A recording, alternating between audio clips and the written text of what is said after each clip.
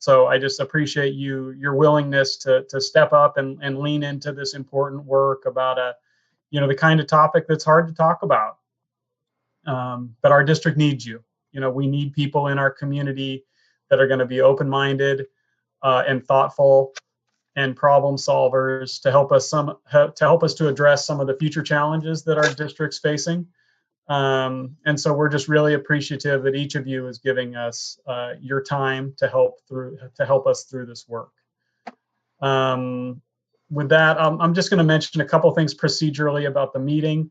Ali is going to be facilitating the meeting tonight. I'll be helping him out as needed. We have two long presentations that you're going to hear and watch. One from Rob Murray from King Consulting and another from Yancey Hawkins from here with NUSD.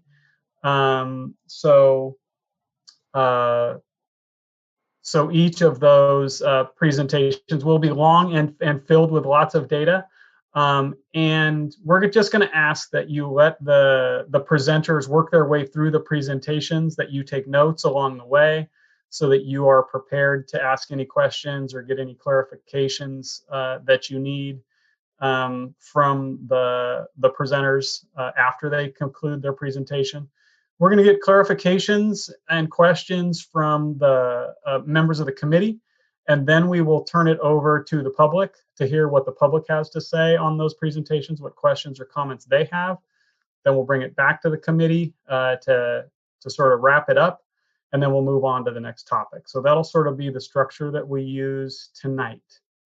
So with that in mind, I just, again, want to thank you for sharing your time and expertise with us. We're very appreciative of each of you spending this time with us. So with that, I'll turn it back over to Ali. All right, thanks, Russ. So number 3, approval of the agenda. Hopefully everyone's taken a look at it. Wanted to see how many of those approve the agenda. If you could just raise your hands. Make a motion. Jen, okay, you got that? Let's have somebody make a motion to approve the agenda. I make the motion to approve the agenda. Okay, so that was Sylvia. Good. I'll second it. Great, Jennifer. Thank you. Those that object All in favor? and any abstaining? No. Good. Okay. Moving on to number 4, public comment to the consent agenda. Jen, did you have anything? No, there are no public comment at this time. Okay, very good. So moving on to 5, approval of the consent agenda, which is basically the minutes from the last meeting. Do I have a motion to approve those? I'll make a motion to approve. Second, anyone seconding? I'll second. So second by Mary. Thank you. Anyone objecting to them? Anyone abstaining? No, all right. And let's do approve just in case, Ollie. Let's make sure we get at least. Oh, yeah. Those approving, raise your hands.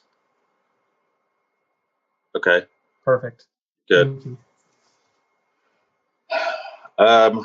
So number 6 is the non-agenda public comment. Currently, we do not have any non-agenda public comment. Okay, wow, all right. Wow, Ali, you're chairing Yeah, us right through this meeting, man. I'll say this is good I work. think we're 15 minutes ahead of schedule now. It won't last. It's okay. Okay, for the staff report, I think Rob's going to take this one away. Yes. All right. Chris, sorry. I may have mistaken. There wasn't any chat, but there are 2 hands raised. I apologize. Okay, so two non-agenda public comments. We're checking. This is a little harder in the Zoom environment, so let's just give it a little time. We'll make sure we get it right. And do you request to know what the item is before? I apologize. It's okay. So if it's non-agenda public comment, there shouldn't be an item that they're talking to. So you just let them. Okay, perfect. So I will bring in George. Hold, please, George.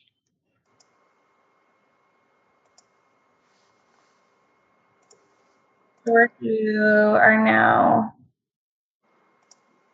I can see George. I can't hear him. His microphone is off. Hold on.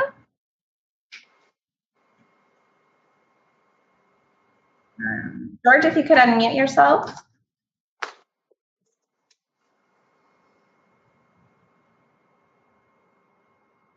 Okay, can we go to the other person and then come back to George if there are 2?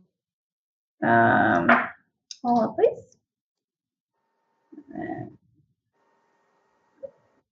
So Tiff, right? Yep. Tiff? Yes, hi. Hi. And David, do you have the timer, The counter? the counter? I'll just time it manually. Tiff, why don't you go ahead? Okay, thank you. Mm-hmm. I am the parent of a child in the city of Novato. At the beginning of the school year, I removed my child from Novato Unified School District schools. I am one of the more than 350 families that have removed their child from this district. My original justification was as a response to the shutting of schools. I am now happy that I did it.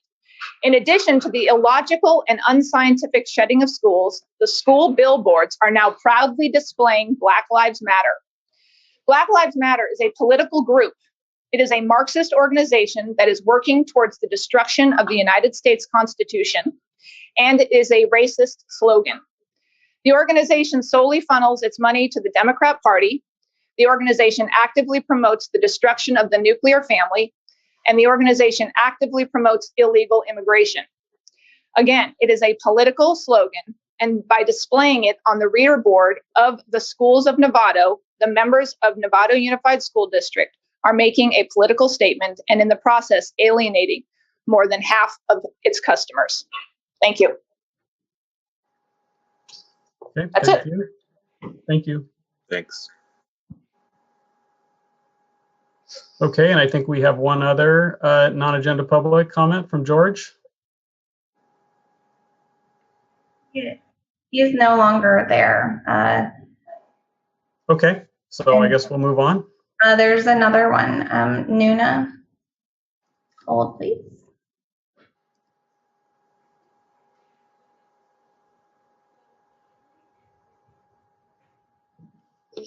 Can you hear me okay? Yes. Thank you, board members and superintendent. Sorry, I'm using a friend's computer because I'm not able to get on. No worries. As a parent and taxpayer with property and business interests in Novato, why did you ignore my last request to take down the vile and disgusting sign on the electronic billboard at Sam Wren High School, which reads Black Lives Matter? I don't know what in the hell is going on here. Can it get more racist than Black Lives Matter? I mean, why are you teaching blatant racism by glorifying this violent Marxist domestic terrorist group on public school property? Not only is it immoral and hateful, you are opening yourself up to a federal lawsuit you can't afford and can't win. Tell me, what is the difference between posting your support, you're supporting high up on a public billboard of New Black Panther Party, the KKK, and Black Lives Matter? There is no difference. It's all racist political speech. It's ridiculous. If you give support to one goofy political group that will end up in the cesspool of history, you must give equal opportunity and space for other political movements as well. That's how you teach children to be fair. That would teach equality. Regarding teaching children, why not teach them some critical thinking skills? Parents and students in Novato must be asking themselves, why does this school principal get to promote his racial political speech on a school billboard? What gives him the right? Who in the hell does he think he is? What kind of school superintendent allows this kind of blatant racism? How much do we have to pay these fake educators to stop dividing our community with racist nonsense like Black Lives Matter? Small businesses across America matter. The fact is that this fact is a stain on Black History Month, a stain on the legacy of Martin Luther King, and another example of the Democrats playing the race card. We taxpayers want action, not more silence. Thank you for your time tonight. Thank you. For sharing your perspective. Okay. Okay. There's no other public comment at this time. Okay, good. Thank you. Okay, now moving on to That this. was none of Joe business. Thank you. Okay, go ahead. Now moving on to the staff report. Rob, are you ready? Yes, I am ready. Thank you, Ollie. All right. All right. So, moment, I'm going to bring up the presentation to share. So, is everyone seeing the introductory slide of that presentation of the district-wide enrollment trends and projections? Yes, thank you. All right, wonderful. So with that, we will jump in. Again, as has been alluded to, this is a information-dense and heavy presentation. I'm going to do my best to make it easy and understandable. If you do have questions along the way, I would just ask that you hold on to those until the end. There is a good chance that a question you have early on might be addressed by the time we're done. And with that said, we'll go ahead and dive in. So again, that structure that I've been mentioning a few times. We're going to look at where you've been, where you are, and where you're going. Some of these things we'll just be touching on briefly tonight because we'll be really deep diving into those at the next meeting. But to start off, we want to get a look at where you've been. And if we look at the enrollment of the Novato Unified School District, and you look at that top chart, which is just the total transitional kindergarten through 12th grade, all of those students enrolled with the district, and you see that there was reasonable stability in the first part of the last decade, and then increasingly starting to see some negative growth or enrollment decrease or decline. And then in 2019, there was a jump up that coincided with some outreach efforts that the district was making, so we'll definitely be touching on that a little bit more later on. And then, of course, this year in the midst of the COVID-19 pandemic, a substantial decline in enrollment, much more than anything that had been seen before. But, and I want to break this down and look at this enrollment by grade configuration. And here you start seeing something interesting, which is at the elementary levels, you had a peak enrollment in 2012-13 with 3,800 plus enrollment.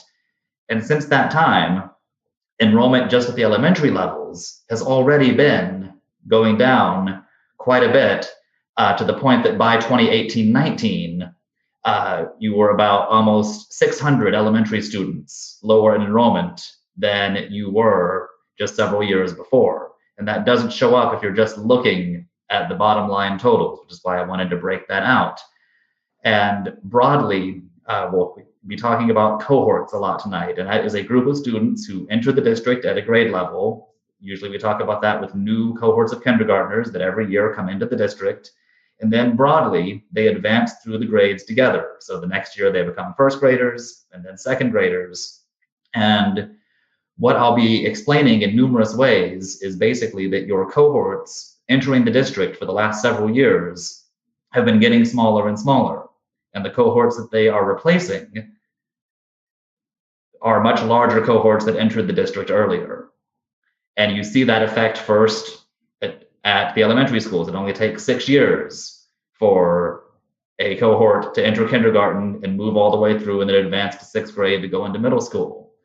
Now, you see the same pattern going on with the middle schools. Peak enrollment already occurred in 2015, and enrollment has been starting to tick down. In high school, you actually haven't seen it yet.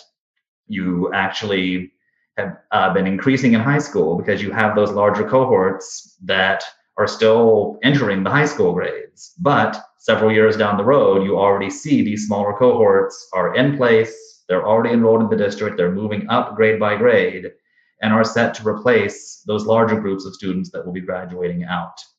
So it's really important to understand that concept. I'll be hitting back on that a couple of times. But really the takeaway from this one, and I want you to keep some of these numbers in mind, up above 3,800 elementary students in 2012, 3,400 to 3,300 in 2016, 2017.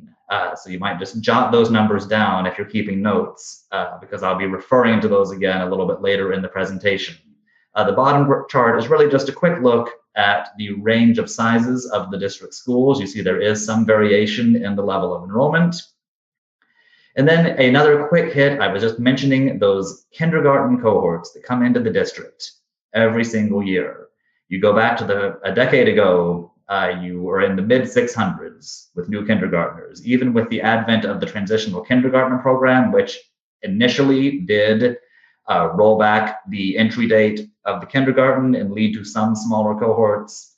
By the time that's fully established 3 years later, you are firmly into kindergarten cohorts in the low to mid 500s. And now 2 of the last 3 years, you have had kindergarten cohorts that are fewer than 500 students. And I think it's very important to point out that 2018-19, this is pre-COVID. This is just a naturally occurring low kindergarten cohort that, based on, just a little spoiler for some of the data to come, based on some other data around births and other factors, is looking more like the norm than an aberration. So I'm just going to touch on some of these points briefly, but it's information that people tend to find helpful and like to see. So district-wide, the percentage of students participating in free and reduced lunch has been increasing, but the district is becoming more balanced and diverse ethnically over time. This is in line, both of those, with state trends, so hardly unique for Novato in those respects. English language learning students was a small bump earlier in the decade, but overall fairly steady. The same with special ed enrollment, small dip earlier in the decade, but overall fairly steady.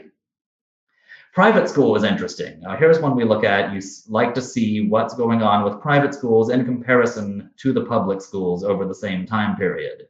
And for the last few years, when the Nevada Unified enrollment has been decreasing, private school enrollment was also decreasing. I should point out that these are just for the private schools located within the Nevada Unified School District boundary. So you'll see that the high school enrollment is not very big. Marin Catholic obviously does draw some students, and their enrollments have slightly increased in recent years, but not super drastically. But looking at the schools located within your district, you see that there has been a steady trend down until this year. And this is one of those factors unique to this pandemic year, where it looks fairly obvious that, especially at the elementary level, a lot of the students who did not show up as enrolled in Nevada Unified schools this year did transfer over to private schools. And the big question is the permanence of that movement. And so I'll be talking more about how we're dealing with that when I get into the specific projections a little bit later on. One other point that I had intended to mention when I'm looking at these enrollments, These enrollments, if you go onto the California Department of Education's website to look at enrollment data, I am including everything that's on there, including the Novato Charter School, because it's a district facility and the students overwhelmingly live within the NUSD boundary. But I'm not including what they call the non-public school students, since they are not housed in district facilities. So just to clarify, if anyone's following along, looking up the data, making sure the numbers check out, that is what's included and what's not included if you're looking at that CDE source. Now, in addition to looking at enrollments, we also want to look at the actual community and the people who live within your school district boundary.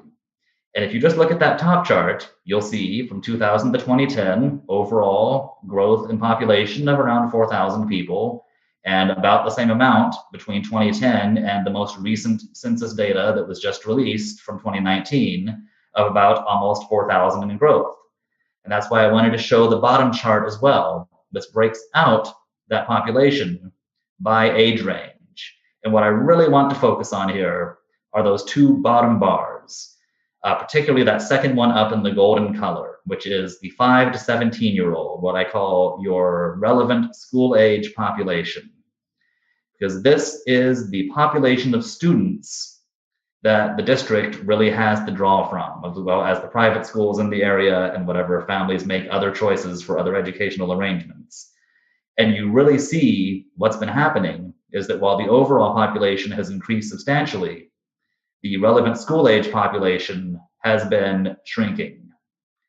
And not just that, but the under 5 population has also been shrinking. So just the pool of potential students is just less than what it was, and you've already seen that effect with the decreasing enrollments beginning at the elementary grades.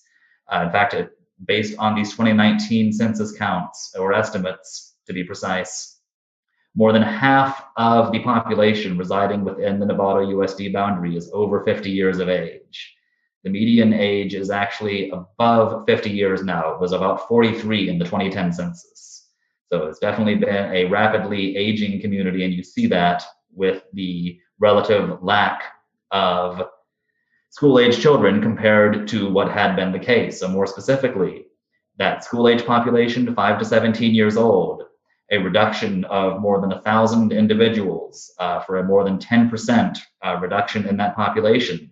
If you break that out to everyone under the age of 18, including that under 5, it's closer to a 15% reduction. So this is one of those things that's just happening in the background that largely explains what's been going on with this dwindling enrollment that, again, based on that earlier chart, just breaking out your TK5 enrollment that you've already been seeing with the reduction in enrollment of a few hundred students over a few years.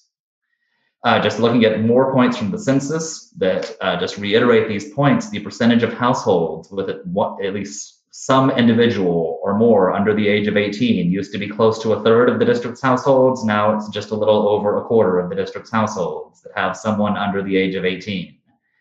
And I show this bottom chart because the correlation between young families with school-age children and housing prices, I've seen it all over the state, urban, rural, north, south.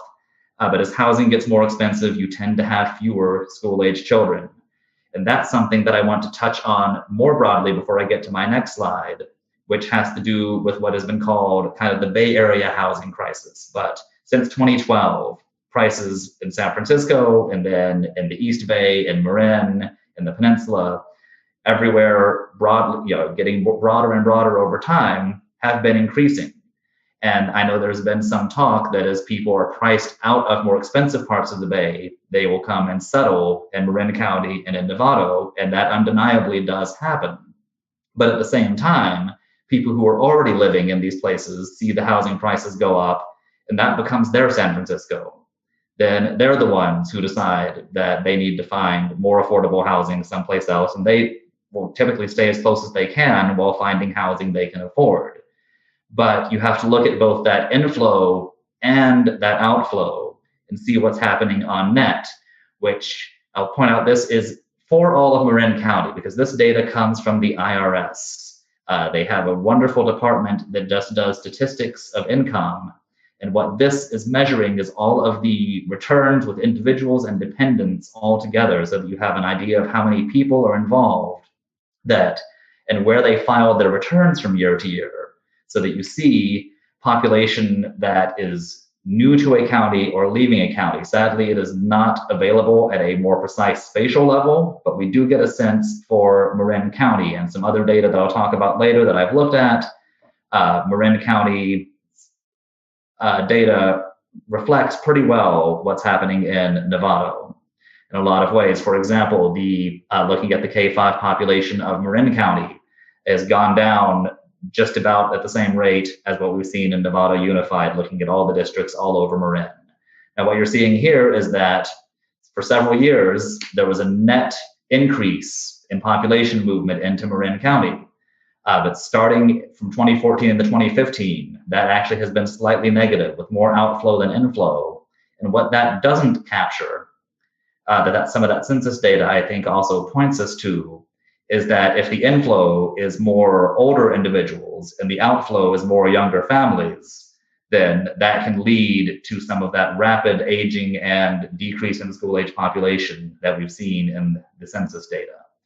But even just not knowing anything about the individuals, we know more of them have been leaving the county than coming in over the last several years. And unfortunately, the IRS just does not have any data available past 2018. When I get to the birth data a little bit later on, we'll see the same thing, especially due to COVID. A lot of the staff who normally process and release this data have been on other duties. And the second that new data is available, I will be the first in line to get on it and show you what it looks like. But as of now, 2018 is the cutoff for a lot of the data sources that we have available to us.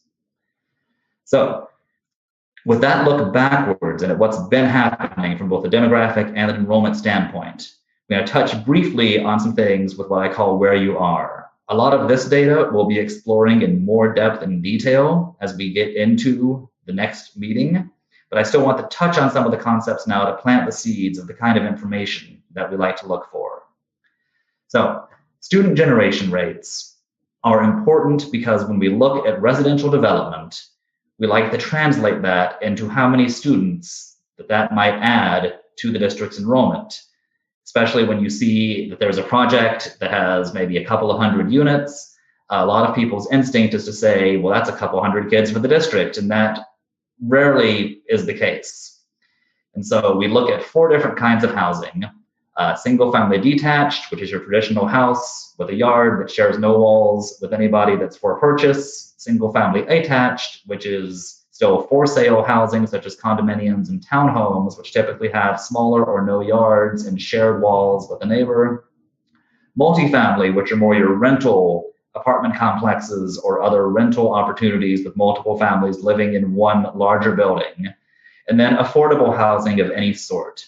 And we see that we look at all the recently constructed units that have been built in your district over the last several years, and we look at how many students are currently enrolled in the district and living in those units. And we get a rate of how many students each unit generates on average, and then we assume that newly constructed units will have a similar makeup of students in them. So you see the single-family detached housing and the affordable housing are what generate the most students. Multifamily housing also still fairly high, but the single-family attached housing really not generating as large a number of students. And that is something that is typical in most school districts, that the single-family attached housing will have typically the lowest rate of any type of housing. We also look with a much larger sample pool at recently sold existing units to see, again, just as housing comes on the market, as people buy up that housing and move in, how many students is that generating? And we see comparable numbers. In this case, again, we're not looking at the affordable or the rental housing, we're just looking at purchased homes. But with single family detached, we had a little bit of a lower number, single family attached, a little bit of a higher number. But still fairly comparable to what we saw with the new construction. And the new construction is still what we like to use going forward, because that's more reflective of what the market is building, not just in Nevada, but in a lot of places that trend has been towards more upmarket, luxury-themed housing. And so that's why we like to use that newly constructed housing as that example. But the resales are interesting because we can break that down by when it was built, and what we've been seeing for districts, especially where we've been doing this work for a while and have built up a nice pool of homes, is that over time, as the purchase price of housing goes up, the student generation rate goes down. Just in Nevada, while the price has not gone up much, we have seen a much lower rate of generation with homes that sold in 2020 as opposed to homes that sold in 2019. We can also look at this spatially and see that by school boundary, there's different generation rates from those resales, just to give a relative idea. But generally, from west to east, you just see kind of a gradient of higher generation rates in the western part of the district and generally lower as you go further east. And again, I'm touching on all these things very quickly because a lot of this are things that we'll be going into more detail in future meetings as we're looking at individual school by school data. But I have worked very closely with one of the senior planners at the city of Novato. So this is a list of all of the residential development that is either approved or actively in the planning phases, which is believed will generate new students for the district, or at least will have new homes on the ground, which will in turn generate new students for the district within the next 5 years. You'll notice at the bottom there, the Fireman's Fund site, the big sale recently, I know that is very big news, but that is still probably at least 5 years out from actual homes on the ground. When I first talked to that planner before the sale, it was a 5 to 10 year range. Now he says, I mean, the sale happening when it did moves it closer to 5, but it would still be unexpected to see that move quickly enough to have any new homes constructed within the next 5 years. So acknowledging that at the bottom, but not anticipating that that will be adding students directly in the frame that we're looking at.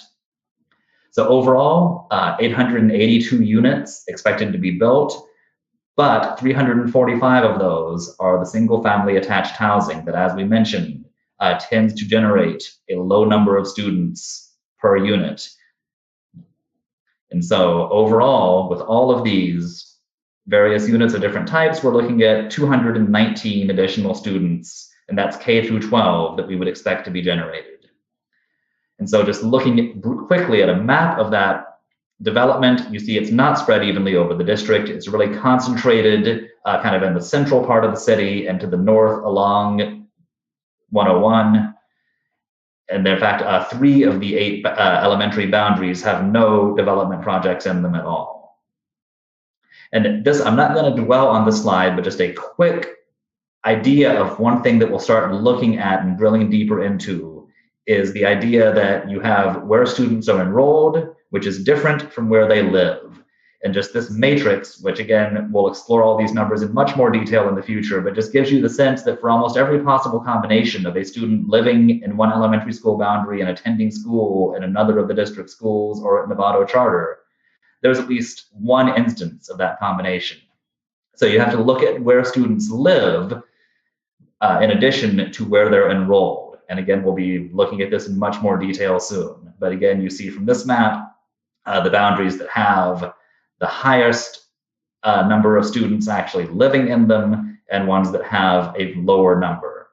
And then we have net migration. This is a zero sum. This takes inter-district students and the Novato Charter out and just looks at movement between these 8 schools that have a boundary. And you just see where students are leaving and where they are going. Of course, you keep in mind a lot of this is driven by special programs at some of these schools. And again, all things that we can touch on in more detail when we're looking at some individual schools at our next meeting. Speaking of those non-resident students, it is good to know what's been going on with that population while the district has been seeing some enrollment decline, and you see that it has been declining at a similar rate. About 3/4 of the district's non-resident students are high school age. That population has been more stable. It's the elementary non-resident students that actually this COVID year is right in line with what the trend had been, has just been ticking down. And then about half of your students who come in from outside the district are coming from San Rafael. I'll go ahead and answer this question preemptively from the eagle-eyed viewers out there who see Novato in that list, because that always comes up. but a lot of rural residences who are located outside of the city will still have Novato listed for their residence address, and that just whatever's listed on that address is what we use when we compile this data. But yes, that is not a typo. There are people whose address says Novato who live outside of the Novato Unified School District. And now I think the big push of what I'm wanting to present tonight is where you're going. And so the first point of that is that we want to look at those cohorts that I was talking about earlier that are so important to looking at what's going to happen with future enrollment. Because the size of those new cohorts relative to the size of the cohorts they're replacing really is the engine that drives so much of what is happening with future enrollment. And those new cohorts are based very heavily on what's been happening with births. So we look at the birth trends going all the way back to the 90s. And you see very high births back in the early 90s, but then kind of a low period and then a resurgence from about 2000 through 2008. Births hanging out somewhere in the 600s range.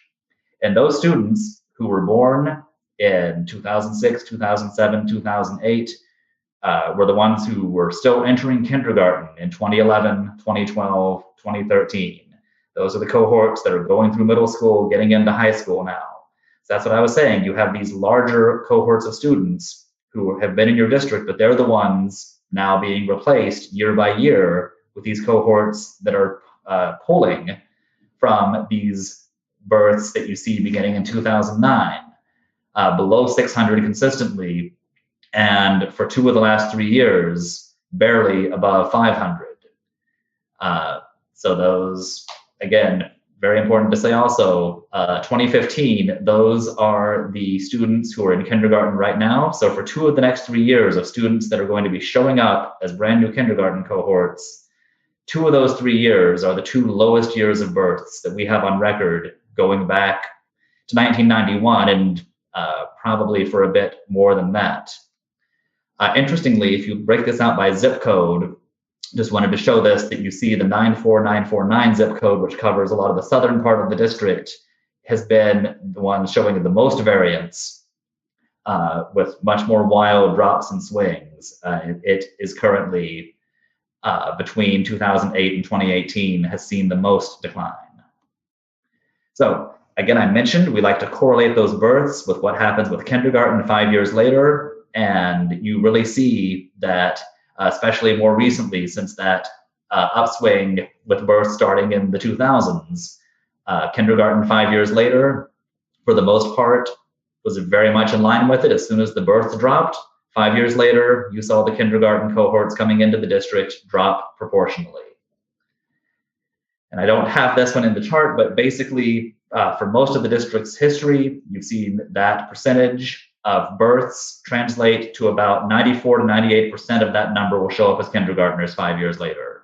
That percentage has been actually lower the last 3 years, and that's something that we are factoring into our projections.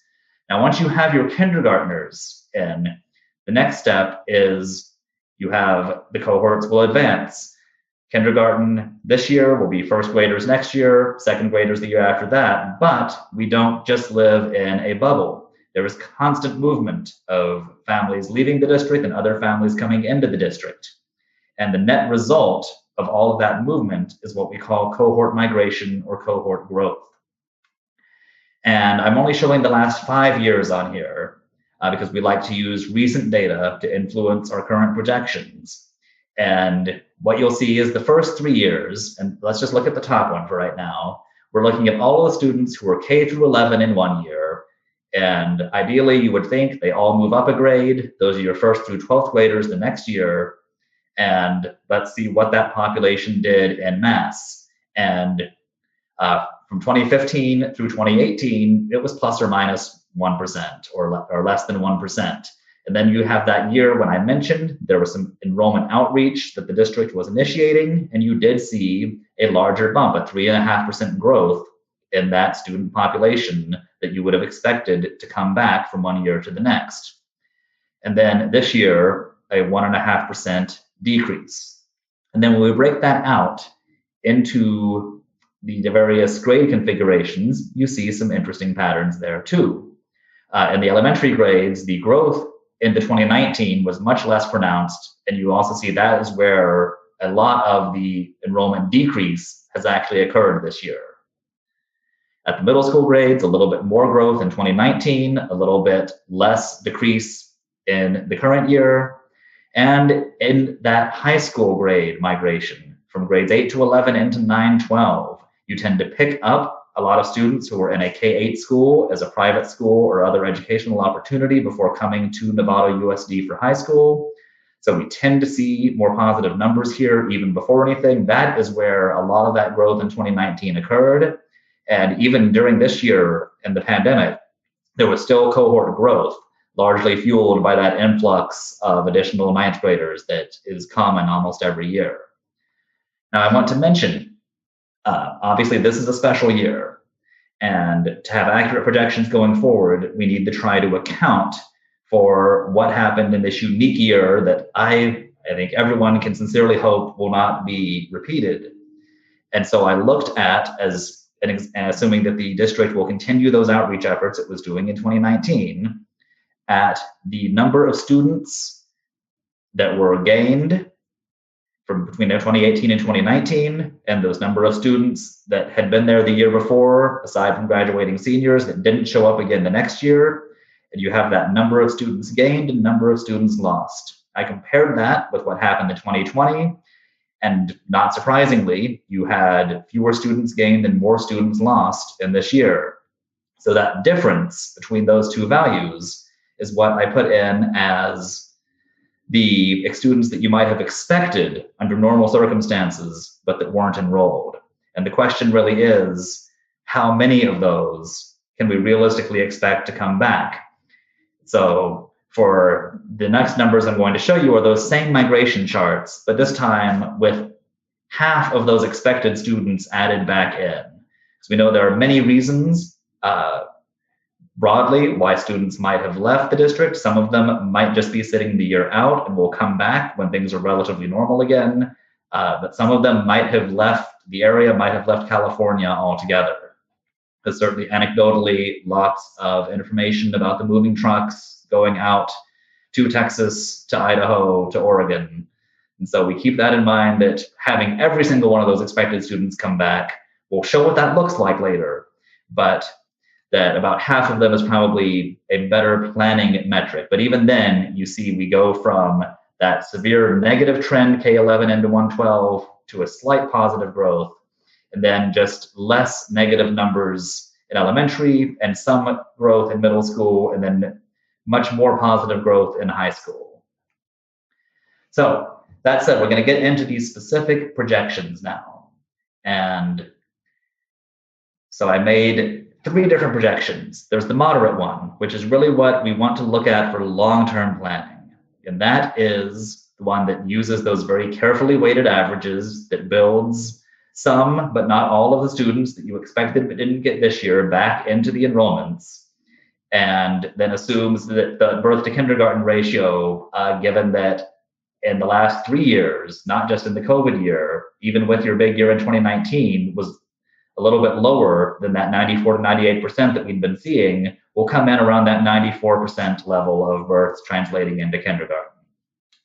But we want to look at the low and high projections, and these are most useful for looking at the next 1 to 2 years out, when it is absolutely plausible that all of the highest or the lowest input factors could all line up. And that kind of gives you your goalposts for what's plausible looking at enrollment out for the next 1, maybe 2 years. Going forward from that, it becomes increasingly less likely that you'll keep getting kind of top end grade to grade migration and birth to kindergarten ratios and everything lining up at the highest levels that you've seen in your recent history year after year after year. But that said, I can still show you what that might look like, but I want to reiterate the biggest point. The single thing that is most important to these projections is that regardless of what that kindergarten ratio is, the number of births has been low. Again, just like with the census data, that CDPH data only available through 2018, unfortunately, but that gives us 3 years of births that have not shown up in kindergarten yet, 2 of which are the 2 lowest years on record. No matter what that ratio is, there is just a smaller pool of students for the district to pull from for kindergarten. And we've seen that with the census data, we've seen that with the birth data, we've seen that with the migration data. The issue that the district is facing with its enrollment going forward really is one of just the population that is available to come into those schools. And especially given that you still had those higher years of birth, those much larger cohorts that are in the district, every single time one of them graduates and a smaller cohort comes in, it's just the simple math of just you're subtracting out a larger number and replacing it with a smaller number, and your total can't help but go down every single time that happens. And it's just primed to happen for the next several years. So that said, we're going to look at the projections in just a minute, but before I get there, I just want to make sure that everyone is comfortable with looking at these charts and how cohorts move.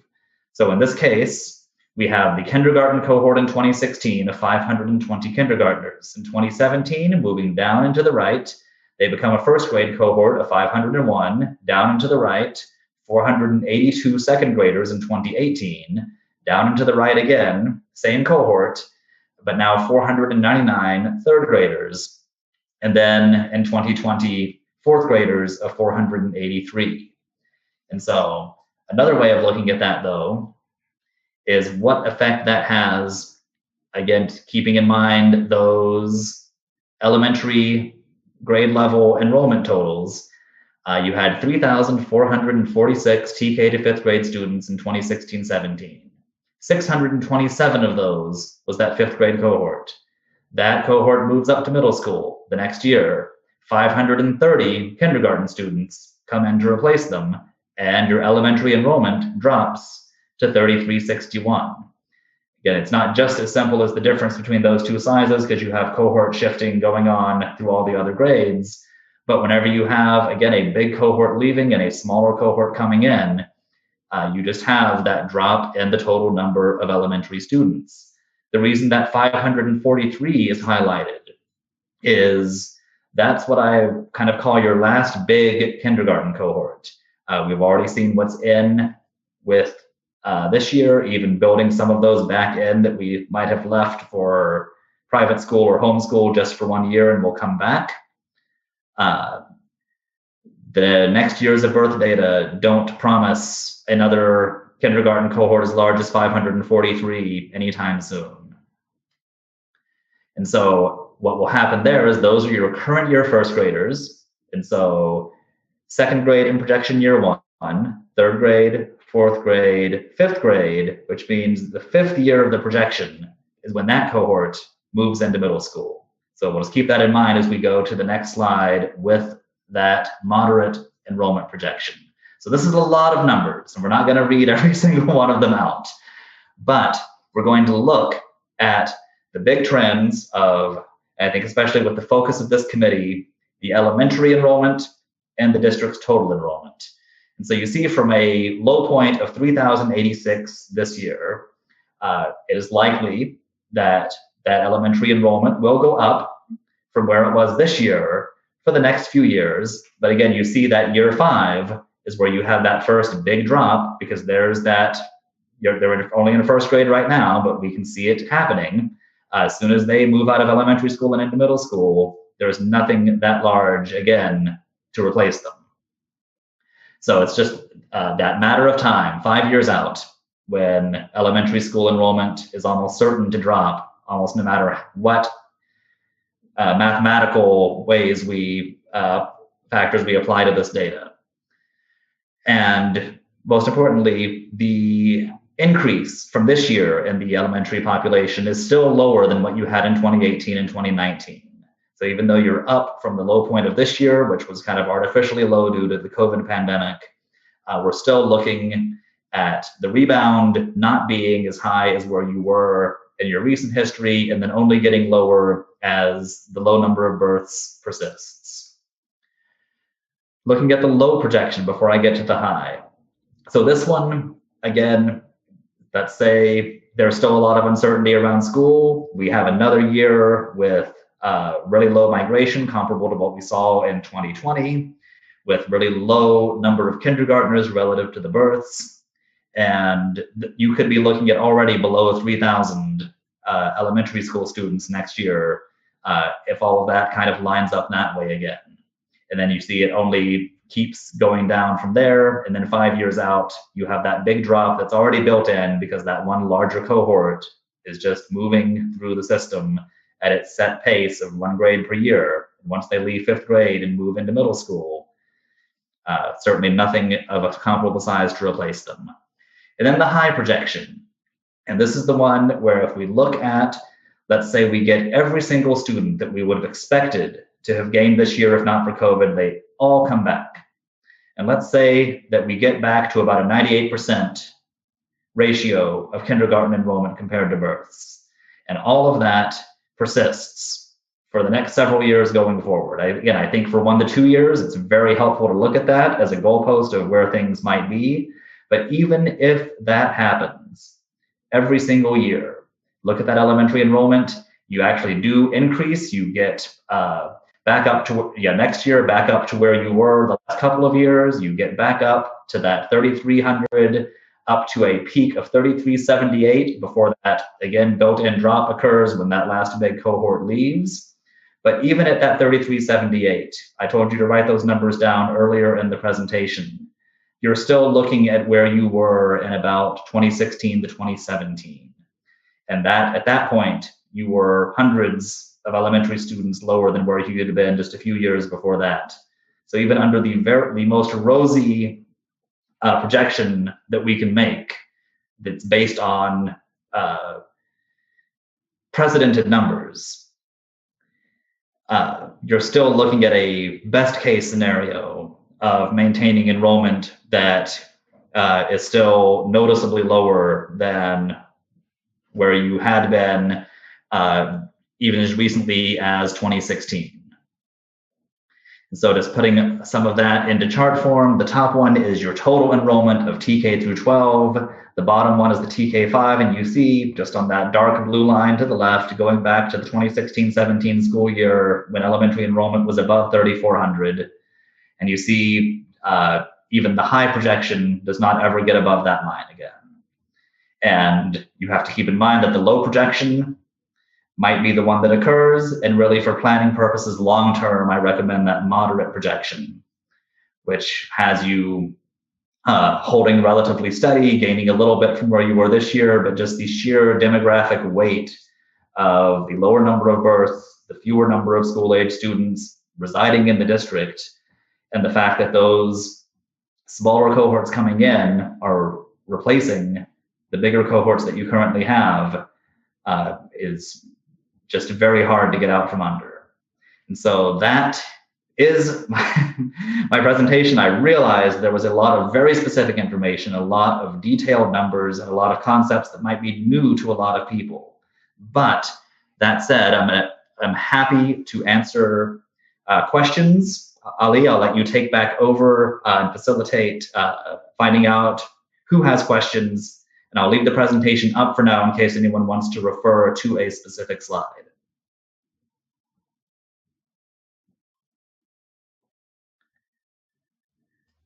I have a question to start. So my question is that you have the upward trend 1920 for 135. I think those are the beginning, some of your beginning slides. And then you have downward trend 19 to 20 minus 351. Yes, almost there. Okay.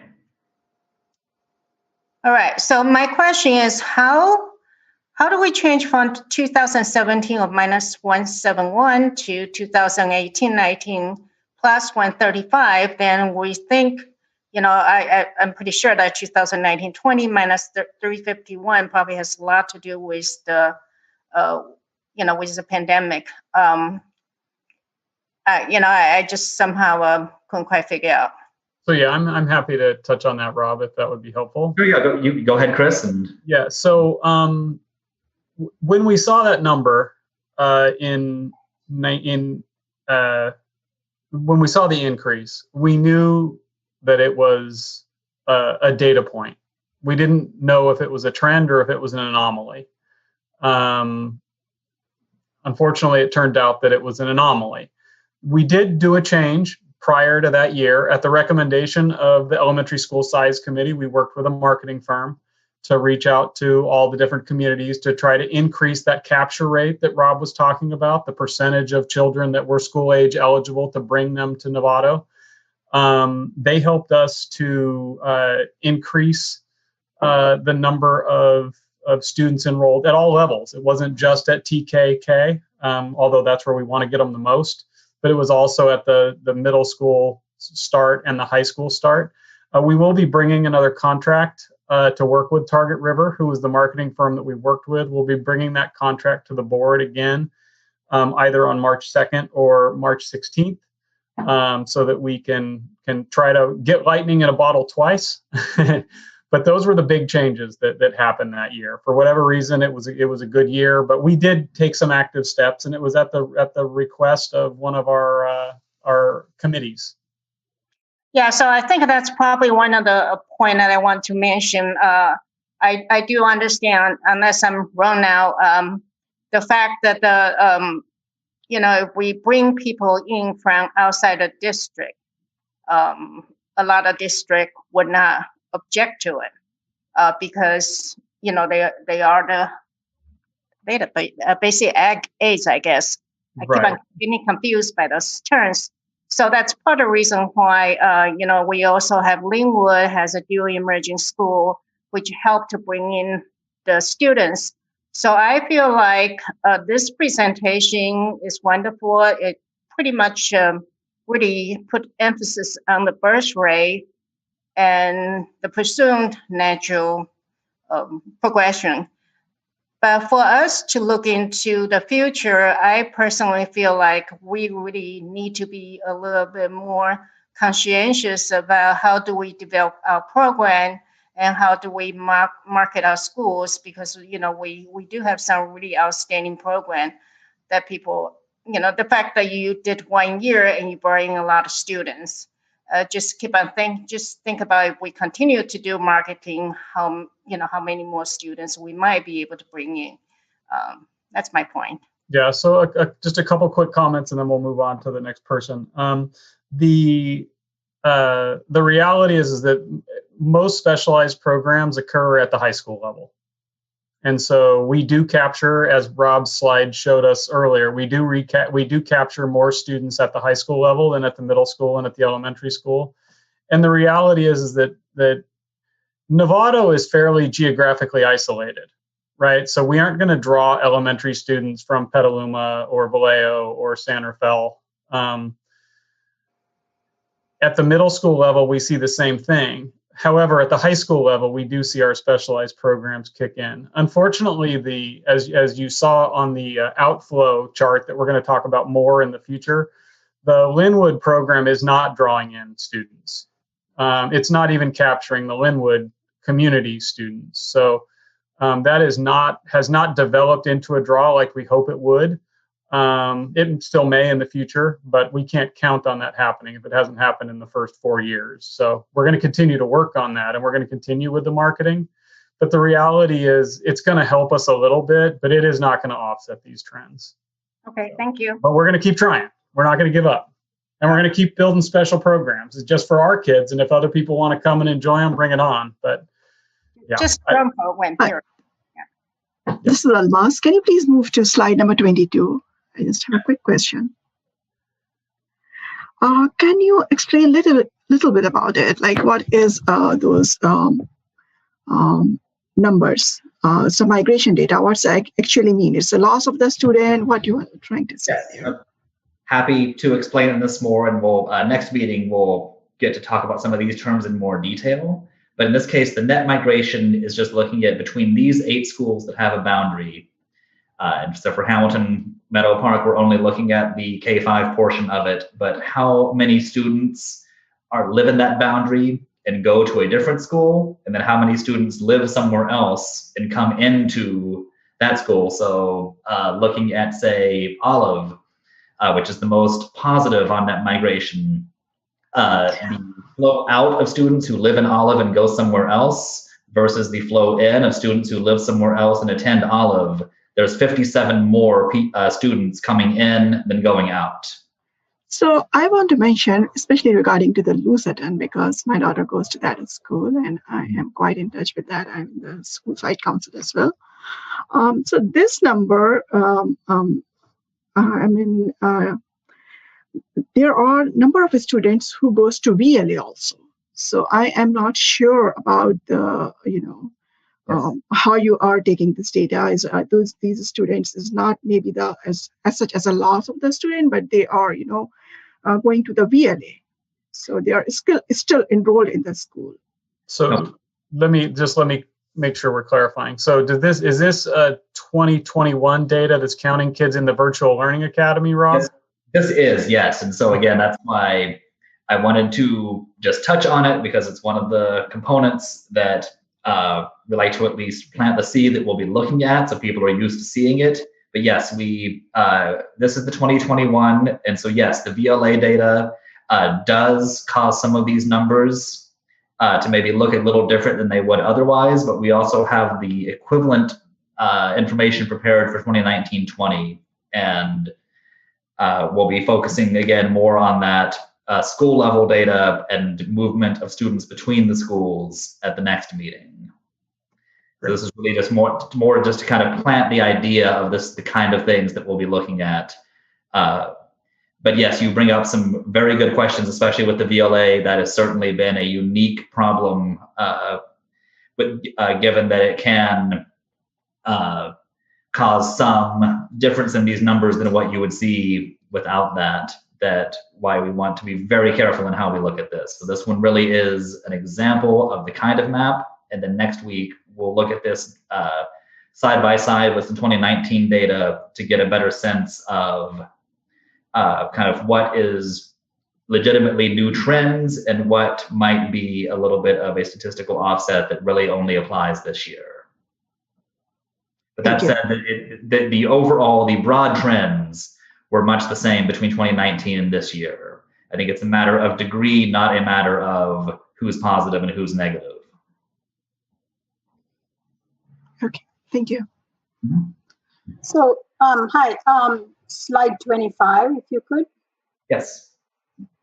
So what I see here as a pattern is somewhat related to, recession, trends, over the last probably 20 years. If you see, there's a low birth rate during recession. Those are, years when we had recessions, 99, somewhere around that. And then again in 2010 and 11. And then, of course, pandemic is sort of, very, very close to a recession at this point. So my question is, in all your low, medium, high models, everywhere the trend is going down in terms of TK, or K enrollment. So is there a pattern that you have utilized in order to model your, your high, medium, low? No, that's a great question. Thank you for bringing that up, actually, because that was one of those many things I didn't have time to initially address. But for years beyond 2018, we rely on the California Department of Finance does their own modeling of birth projections at the county level. So we rely on their projection for Marin County, and then we just look historically at what % of Marin County births are accounted for by the Novato USD. And so then use the state's county level projection to determine the number of those births that would be Novato USD. So at this point, the state's projection of births in Marin County is a slight, so from 507 this year is actually kind of holding steady through the 480s and 490s for the next several years to come. Now, of course, once we start getting real data, the second that we get new data, we can update things, but in this case, I am just going to just lean on the Department of Finance and their projections for what's happening with births.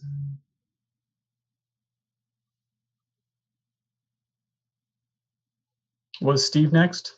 Yeah, I think I was. Hey, Rob. Yeah, I understand the number of people coming in, kids coming in. I'm interested to know the demographics of the kids that are coming in. Do you have any data on that? You know what, not prepared here in front of me, but that's certainly something. So in terms of you're talking about the students that weren't there the year before, aside from kindergartners who come into the district the next year? Right. Yeah, no, I have not prepared it in that level of detail. I was really just looking at counts, but that's if something that you think is relevant, it's certainly something that I can prepare.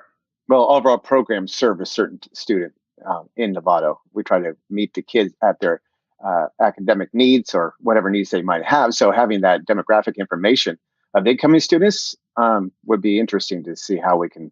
Sure. No, I have everything I need to produce that. I just don't have it ready right Okay. at And Rob, I would imagine that it would track fairly well with the trend line that we're seeing for the shifting demographics of the students currently in Novato, right? I mean, we've seen such a steady drifting of the increasing population of our Hispanic Latino demographic and a decrease of our Caucasian demographic. So I would imagine that trend line continues. And that would be the most likely outcome of that analysis, yes, is that you see basically this chart is the result of what we've been seeing of the students that have been increasingly coming into the district. Yeah.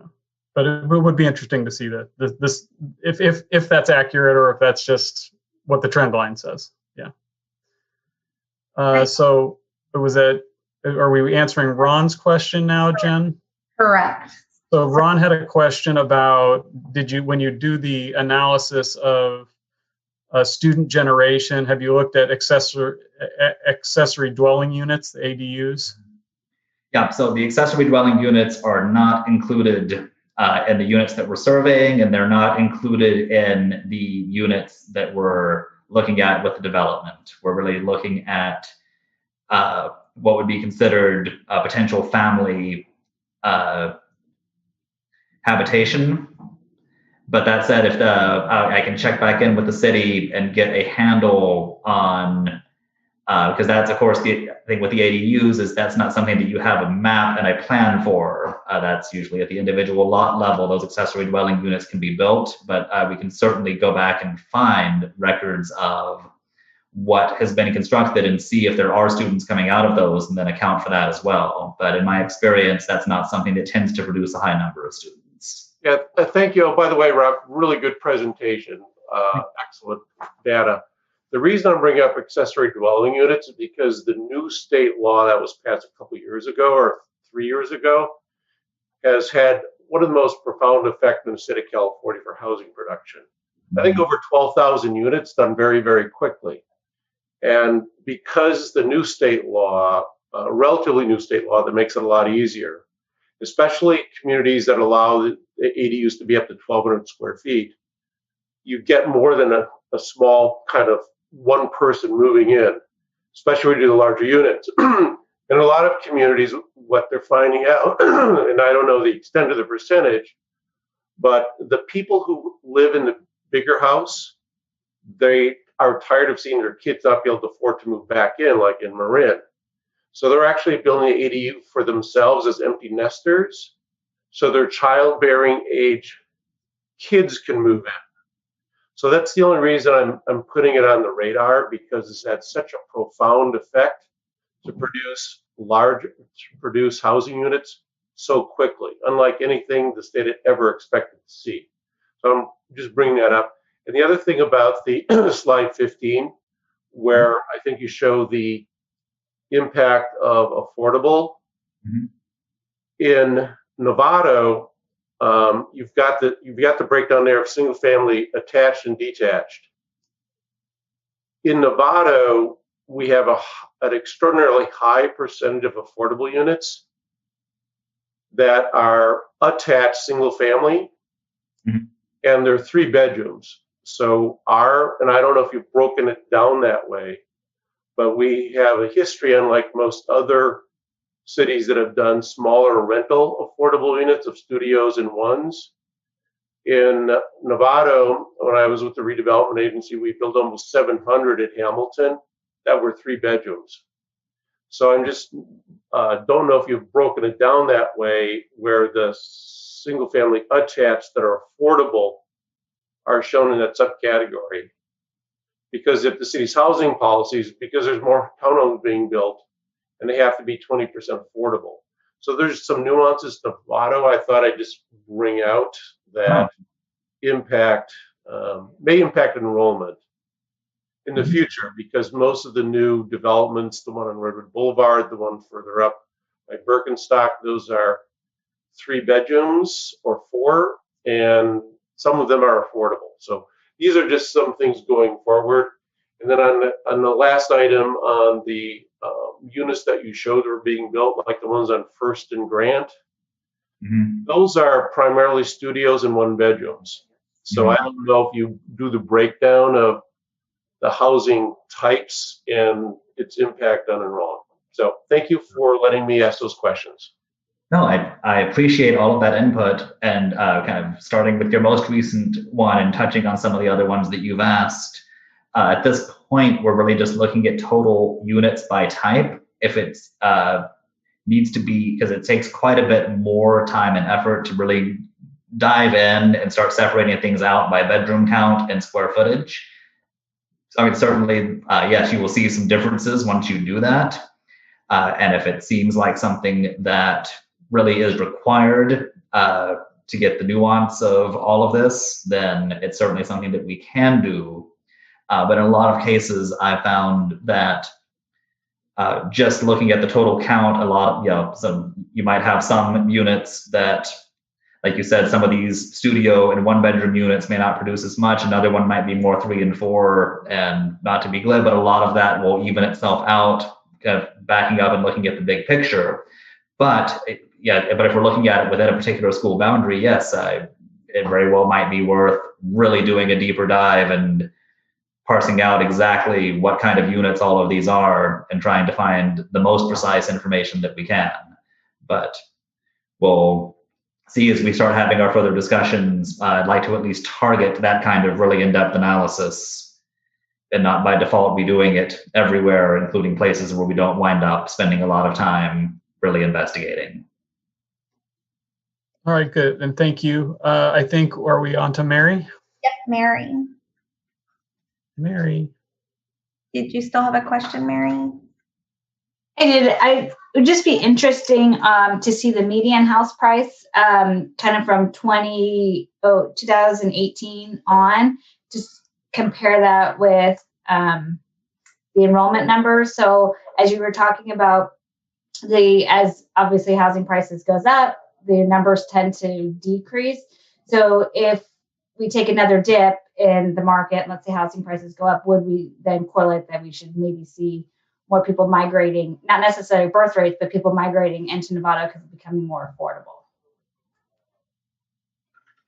And were it to occur that housing prices, and particularly if it was something that was more pronounced in Nevada or surrounding areas of Marin County compared to other parts of the Bay Area, were to go down, hypothetically, yes, I think you could expect to see, again, more younger families with school-age children moving in. But as of right now, again, not something that I'm an expert on, but have certainly not seen any indication of housing prices decreasing, anywhere in the greater Bay Area, as the still kind of that engine of we look back at what's happening with the San Francisco prices, and could I only go back to 2012 and buy anything I could get my hands on at that time? But the continued just kind of that spring surge in pricing, and then you just kind of see that continuing domino effect of prices expanding outward throughout the rest of the Bay Area, and now increasingly even into Sonoma and Solano counties and even further inland, just continuing to drive regional prices up and up. But yes, to answer the question, should prices begin to fall, that could certainly have some effect, but we would need to see that start to happen before we would really seriously start building something like that into the projections. All right, thank you, Rob. I think Shrikala is up next. Yeah, so I'm not sure if my question is relates to the focus of this presentation, but I'll ask anyway. I just wanted to understand, what do you have data related to enrollment as a percentage of school capacity? And the reason why I'm asking is, to understand the big picture of this exercise, right? Why are we worried about it? Is it because we are coming close to 80% of every school capacity or a district capacity, or is it going lower based on the projections? Is it 50%? I'm trying to understand, the drive towards, the 7-11 committee and what we are trying to achieve, so that we understand. Okay, some schools have much lower. Or at a much lower percentage, student enrollment to school capacity. And no, great question. And yes, you are previewing a lot of what we'll be talking about at our next meeting. And I'll even go ahead and provide the first preview of that even when we talk about capacities, because yes, that's the other half of this equation that's very important. So you also need to compare these enrollments to. But when you're talking about capacities, we don't even really like to put a single number out there because there's so much variation on how the spaces in a site can be used, what the teacher contracts or other factors are with how many students are in a classroom. So you can have maybe a target, an ideal, and a maximum capacity value, and we'll be looking at a range of those things in comparison with this projected enrollment more at our next meeting. And you mentioned it's not just the school site alone, but also teacher, etc., right? The capacity is not just the space, but also, teachers. It's about the contract and the number of students that we can have in each classroom. Yeah. Got it. Yeah. Okay, so looks like Alejandra and then Tina. Okay, thank you very much. I would like to know if there was any, I don't remember if I saw any information on or data on students that request a transfer or they leave the NUSD. I would like to know and to understand that why they are leaving the school district, and if there is any way that we can capture and we can hold to that 500 kids that are going to get into kindergarten or TK. Yeah, so I can touch on that a little bit. Each year we do a survey of families that left or that we knew were looking at enrolling and didn't end up enrolling. So, and then we do a presentation to the board. So Ellen can make sure that she gets you the copy of the most recent survey that we've done on that topic, so that you guys are aware of what the percentage of people that respond. Obviously, we can't force everybody to respond. We get a response rate of about 40%, but it gives us some ideas of why folks are leaving. Okay, thank you. Okay, thank you, Alejandra. Who's Tina?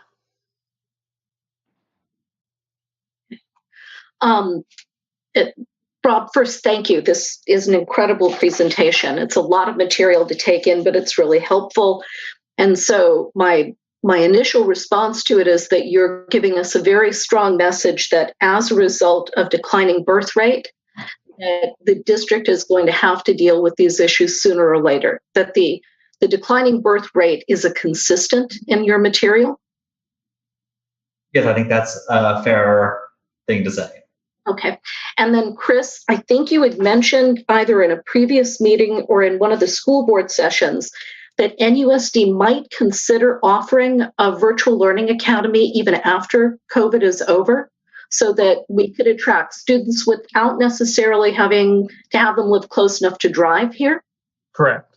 Yeah. Okay. So it would be a financial liability for us to accept that's people from outside the district, inter-district transfers into our virtual learning academy next year, because just state regulations, and there's a hold harmless on enrollment. So we would be paying for students that we wouldn't need to serve. So there would be a cost to us doing that next year. But in the 22-23 school year, then we can start actually generating revenue, assuming that hold harmless is no longer in place from the state. So yes, we see the virtual learning academy potentially as a long-term revenue generator for the district that could help us with that geographic isolation. And our basic aid districts to the south wouldn't be too worried about losing some of their students to us, because that's a financial benefit to them. So yeah, I definitely see an opportunity there. So if that were to happen, how much more money would we have to make in order to retain all the existing elementary school campuses? The reality is that adding students in a virtual learning academy doesn't necessarily offset the costs of running inefficient, smaller schools. Okay. So what it would do is it would generate more revenue for the district for us to be able to provide additional services to our kids. It wouldn't necessarily provide money that could take the place of what we're trying to work on here. That's too big a reach. I think you could probably make the numbers pencil out, but at the end of the day, one of the things that we have to discuss and as a committee is what are the costs to program and to the district for running schools that are too small. Okay.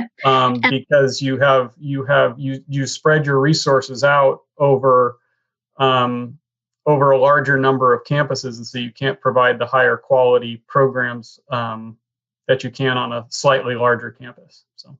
Okay, and so it's the same train of thought. So I understand, that makes sense to me, that we have to balance maximizing the potential of each campus that we retain, and that it wouldn't necessarily work if we were to bring in students that weren't on campuses. That by itself isn't necessarily going to fix this. As far though as bringing in students from out of district, do we know in advance if any of the students that we're bringing in from out of district come with costs such as special education costs? We would need to review that as part of our process, as we do for our other specialized programs. We can't discriminate and say you can't come because you are an expensive student, because you have special needs or whatever. But we can make sure that we have space for them in our existing programs. So we do not need to create additional programs to serve students from outside of the district. So we have to make sure that if we're accepting that transfer, just like a kindergartner coming in, we can only accept a kindergartner for a program where we have space. The same thing would go for a student with any sort of special needs. We just need to make sure that we have space for them in our existing program. Okay, thank you very much. You're welcome. So there was a question about this presentation. So this presentation was included in the email that went out to all committee members and alternates, and is also probably on the 7-Eleven committee, I would imagine. Almas talked about time constraints in this meeting and the Brown Act. We got to remember that this is not supposed to be the all-inclusive topic on this conversation. This is the teaser. This is where we get a lot of high-level information, and then in the next board meeting, we're going to get in the next 7-Eleven committee meeting, we're going to get into more of the specifics. We are going to be very careful about information sharing outside of this process. We have reached out to our legal counsel to try to get the answer to your question, Almas. We haven't gotten the answer to that, the one that you emailed us the other day about how we can share information with committee members. So know that will be coming forth. But also know that tonight is not the night where we're supposed to know everything about this data. Tonight is the night where we do the high-level information, and then we'll move on to the more specific information. We do have one more really important presentation on the budget. We are a little bit over time right now. Time is always up to the committee, whether we end on time or not. It looks like we have one more question in the chat. I think that's Sylvia. really, just a quick comment that I assume that the possibility of withdrawing the school district line, of course, is involved, right? If you do end up closing a school. And one other, the school boundaries. yeah, school boundary, yeah. Of course, if you do end up doing that, but that will also be presented if we have options, right? So that can be considered. And the other question will be, since you're looking at the high big picture and going forward in this presentation, so any way you can look at how much it's going to cost. We have a school bus, if you end up transferring kids from one place to the other. I mean, how expensive is that? So NUSD doesn't provide any home-to-school transportation outside of that is required in a special education student's individualized education plan. So when we redraw the boundaries, that will not result in us transporting additional children to school. And so that's why we need to make sure that when we draw the boundaries, we're looking at, where the big roads are, where the big street crossings are, where the highway is, all that important stuff. Thank you. Yeah, you're welcome.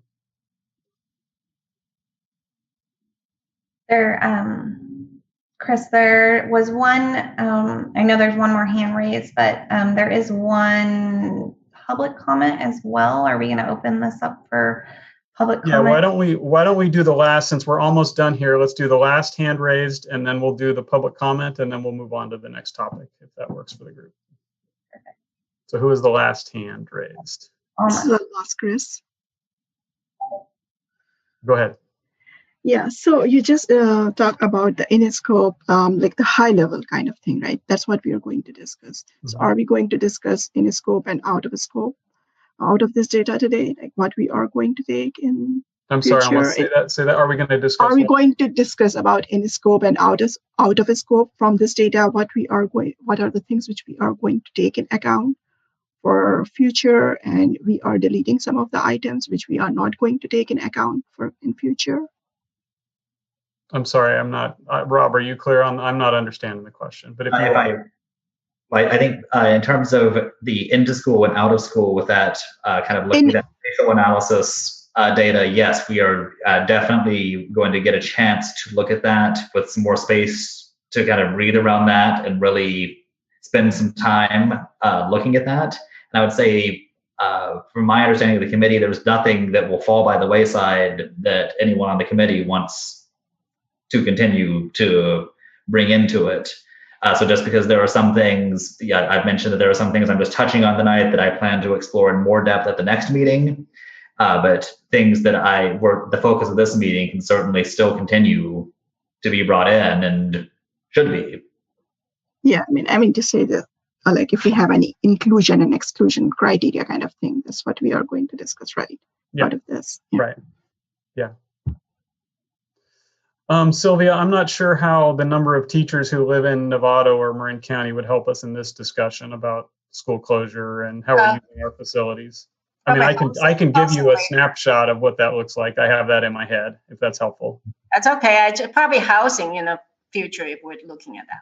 Yeah, I mean, that'll be part of the discussion we have around how we're using our facilities. If you look at our teachers that are 52, 53 and up, you're going to see a lot of them living in Novato and more in Marin. If you look at really, it's about 52 and down. That's when you see that number drop precipitously, and you see most of our educators most of them on the 101 corridor north up to Santa Rosa, but also heading east across the bridge and into the East Bay. So thank you. That's where most of our sub 52 people are. And of course that number keeps. The 52 number keeps going up and the other number keeps getting bigger. So that's why teacher housing is so important as we move forward. Thanks. Okay, so let's hit the last, the public comment, and then we'll move on to the next topic. Okay, and it was from Bridget do you want me to promote her? She had a comment in the chat. Can we confirm that the comment is about this particular topic? It is. Can you ask Rob to go back to the number of projected units to be built and where those students would attend for the development. Would you like me to promote her or just Rob answer that question? Do we know what? Let's let her. Do we know what the question is? I know she wanted to go to that slide, but I don't know what the question was. Yeah, I believe this is the slide that we're talking about with all for each development project, the elementary boundary and the number of students that we expect it to generate. And it's important to keep in mind that when we're looking at residents, this is going to be right on, but when we're looking at enrollment, that's a big part of that matrix that I brought in, is that where students live isn't necessarily where they are going to wind up attending school. But in general, but looking at the map of where the currently planned and approved projects are, I mean, there really is just a concentration within the district with San Ramon, Olive, and Lou Sutton really taking on the vast majority of the planned units. Mm-hmm. Good. Okay. All right, guys, thank you for a good discussion. Please, one recommendation that Jennifer Gibb had for us is that if we're getting a lot of questions in between meetings, we can start a frequently asked questions page for 7-Eleven committee, so we can get you guys a gathering place for that sort of information. So please feel free to send us those questions, and we can start that page so that we have all that information available to you. That would be really great. So Jennifer, thanks for that suggestion. And Almas, thanks for pushing us to make sure we have a place to share this information. I appreciate it. Okay, so Ali, I almost took your job. I won't do that. Yeah, now I'm going to be better about finding my mute button, or my unmute button. Yeah, so Rob, thank you for that. You deserve a big glass of water. That was a lot of talking. I understood some of the material, but some more than others. But now we're going to move on to financial report, and that would be Yancey Hawkins doing that. We're sorry to see him leave NUSD, but glad he's sticking around to help us with these financials. Yancey, if you're there, take it away. Thank you so much. Yeah, I'm Yancey Hawkins. I'm the Assistant Superintendent of Business and Operations. Thank you guys so much for sharing pretty much your most important asset, which is your time on this. It's very important. All right, I'm going to share my screen.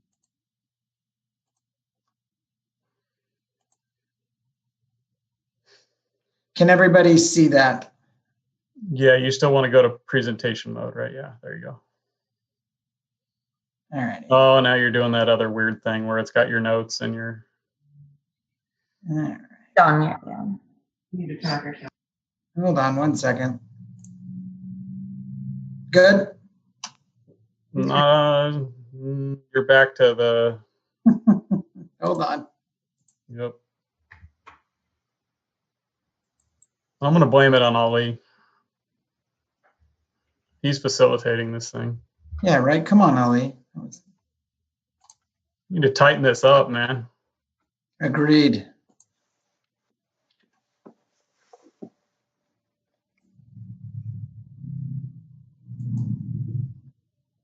Can we go with this, or do we need to? Well, let's give him one more shot at getting to the other screen. And if not, we can definitely go with this. Fair enough. It's a multiple screen setup thing. Yeah, it's in the way. I'm just gonna. I thought we had it, and then it went away. There you go. All righty. Persistence. All right. Thank you, guys. Yeah, after Rob went, that was pretty impressive. So I'm going to give you a basic overview of the district's budget and really go into some of the factors that impact our budget. The three things that I would really want everybody to take, and really the three things that I look at on an everyday basis in terms of the overall financial health of the district, is number one, state funding. And so that's that LCFF funding that we'll get into. It's a per student funding. The other is the enrollment. We are funded on a per student basis. And so therefore, more students is more money and less students is less money. So really focusing on that. And then really the impact of state mandated pension rates and increases that really have made a pretty significant impact over the last 8 to 10 years and continue to have an impact. Just to give everyone an update, I did make a little bit of a change just in the sequencing of slides 10 and 11 have been moved up because I wanted to focus on those first as I went through that. The NUSD budget in the general fund is approximately $100 million. Of that, $70 million or 74% of them come from our local control funding formula revenue. This is our per student state revenue that we're guaranteed, and it's the largest portion, and it's also the largest upside as hopefully we get increases to this year over year by the state. The other 25% of them includes federal, state, and local revenue. This year, federal aid is a little bit, federal revenue is a little bit higher because of the CARES Act that was approved this summer. And we got some significant federal funding, one time in nature. So we would expect that to go down a little bit. One focus that I do want to note is as part of that local revenue of about $10 million, that includes the $4 million parcel tax that is approved by the voters of Novato. So that's a big chunk of that local revenue year over year. In terms of expenses, it's usually said that we are in a people business in schools, and that makes sense that a little over 80% of our expenditures are the salary and benefits of the employees that serve the students of Novato Unified. The other 20% of our revenue, of our expenses, go to supplies and operating expenses such as utilities and insurance, et cetera.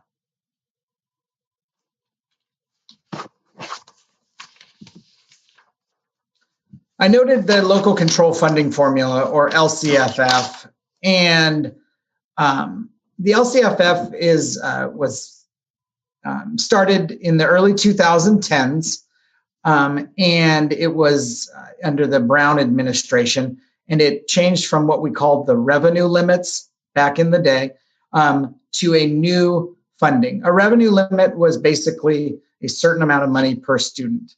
The local control funding formula is basically a weighted student formula.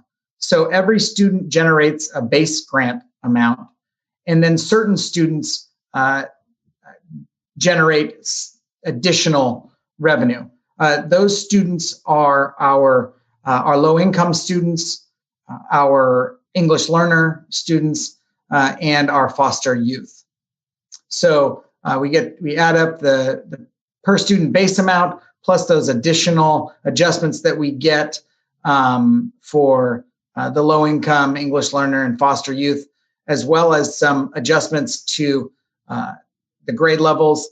We get a little bit extra in K3 because of the old, it's called the grade span adjustment. You may have remembered it as class size reduction. It's kind of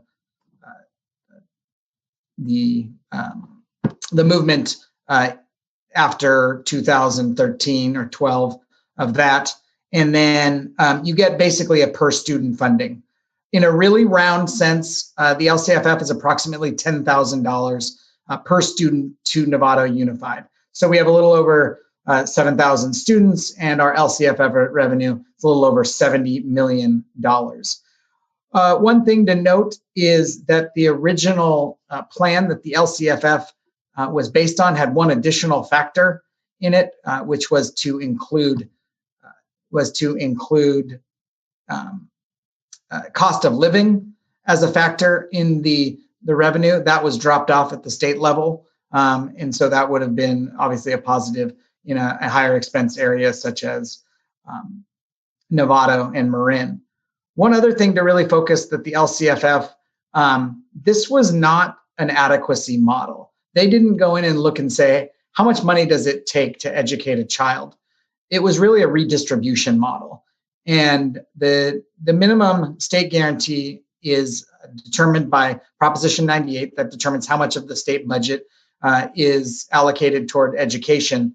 And so the same pot of money that was used for the revenue limit was also used for the local control funding formula. And so there wasn't necessarily additional percentage of the state budget that was allocated to education. And in any change like this, they'll be, given that it's the same pot of money, there are winners and losers. And to kind of put it into a little perspective, NUSD would have received more money under the old revenue limit system than we do under today's LCFF system because of our demographics. So how is that LCFF funded, or how is that biggest chunk of revenue that we noted, which is our number of students times the amount per student? So a lot of times we look at it like a bucket. The LCFF is a state guarantee to ours, a little over 7,000 students, about $10,000 per student. So we have a state guarantee or a bucket of about $70 million. How that is funded is, first, you take all of the property taxes that have been allocated to school districts, and you fill your bucket with those property taxes. So those property taxes are a portion of the 1% property tax that you see on your property tax bill each year.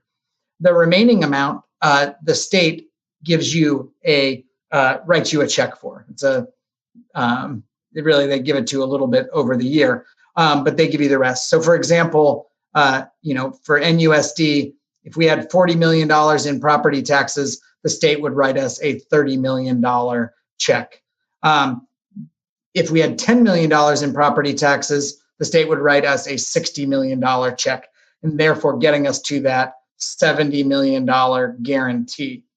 There was a comment in the last round about what a basic aid district is. And so a small percentage, approximately 10% of the school districts across the state are what are known as basic aid or community funded school districts. In this case, they have their bucket and say, it's $70 million like NUSD, but their local property taxes are higher than that, and say $90 million. In those cases, the district would get to keep those excess property taxes. And they're known as, like I said, basic aid school districts or community funded school districts. Usually throughout the state, this isn't doesn't impact school districts as much. But in the area we're in, it does, because if you look at Marin, it's actually, there are more basic aid school districts than there are LCFF or state funded school districts. So in the state, in the county, we have Novato Unified, and then we have San Rafael Elementary and Ross Valley Elementary, which are K-8 school districts. All the other school districts in the county are community funded or basic aid school districts, and those include TAM, San Rafael High School, Mill Valley, Miller Creek, Larkspur, Reed, Kentfield, Ross, etc. And so it's important to note that the funding structure and their basic incentives are different. In an LCFF district, we're looking for an increase in enrollment because more students is more money. In a basic aid school district, more students aren't necessarily more money because as long as they are under that property tax amount, as long as their guarantee is under that property tax amount, more students actually equals more students to serve. And so there's actually a flipped incentive. They actually would love to have less students. Another key factor in looking at school districts is, I noted we're very lucky in Novato. We have a $251 per parcel tax. It brings in about $4 million a year in revenue, and which is amazing. But compared to the other districts in Marin, it is significantly smaller. So the rates in Marin County run from $251 per parcel, to about $1,000 over in Reed and Ross Valley, to over $2,000 in a district like Kentfield. To put it in dollar amounts that we're looking at, if Novato's rate was something like Reed or Ross Valley's at $1,000, you're looking at an additional $12 million a year in parcel tax revenue for Novato, or about 12%, 13% of our annual revenue. And, you know, from a Kentfield, you're looking at $28 million additional, so 30% more overall revenue to the school district. These different factors, including the basic aid funding and the parcel tax, have led to a pretty significant spread in the per student funding in Marin County. But as you can see, Novato Unified is at the bottom of Marin County at a little under 13,000. There's a few school districts right around us, right around that $13,000, and then it kind of ticks up from there when you look at the other districts into Mill Valley, Kentfield, Reed, etc.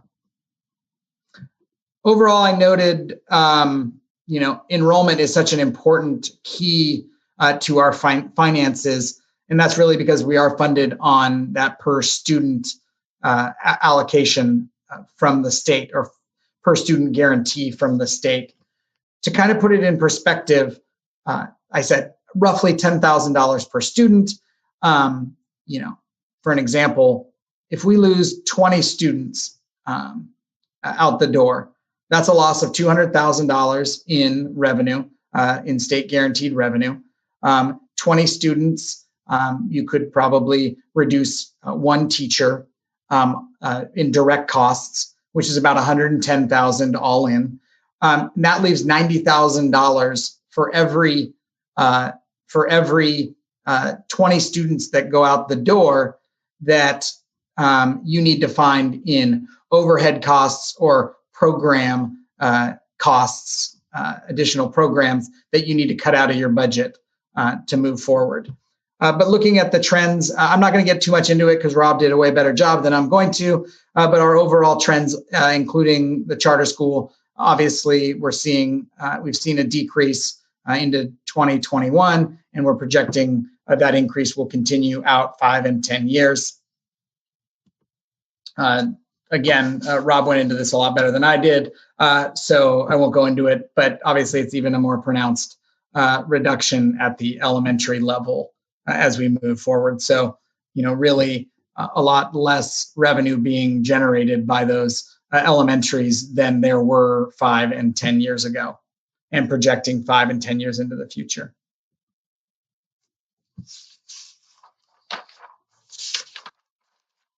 So overall, like I said, a little under 100 million, about $95 million in revenue overall. On the unrestricted side, which is the side I always like to focus on, because restricted money, you know, it can only be used for certain purposes. We are roughly at a balanced budget for 2020, 2021, with a little bit of over $100,000 deficit projected as of first interim, which was our December budget update to the board. So balanced budget in 2020, 2021, but what about moving forward and looking at that?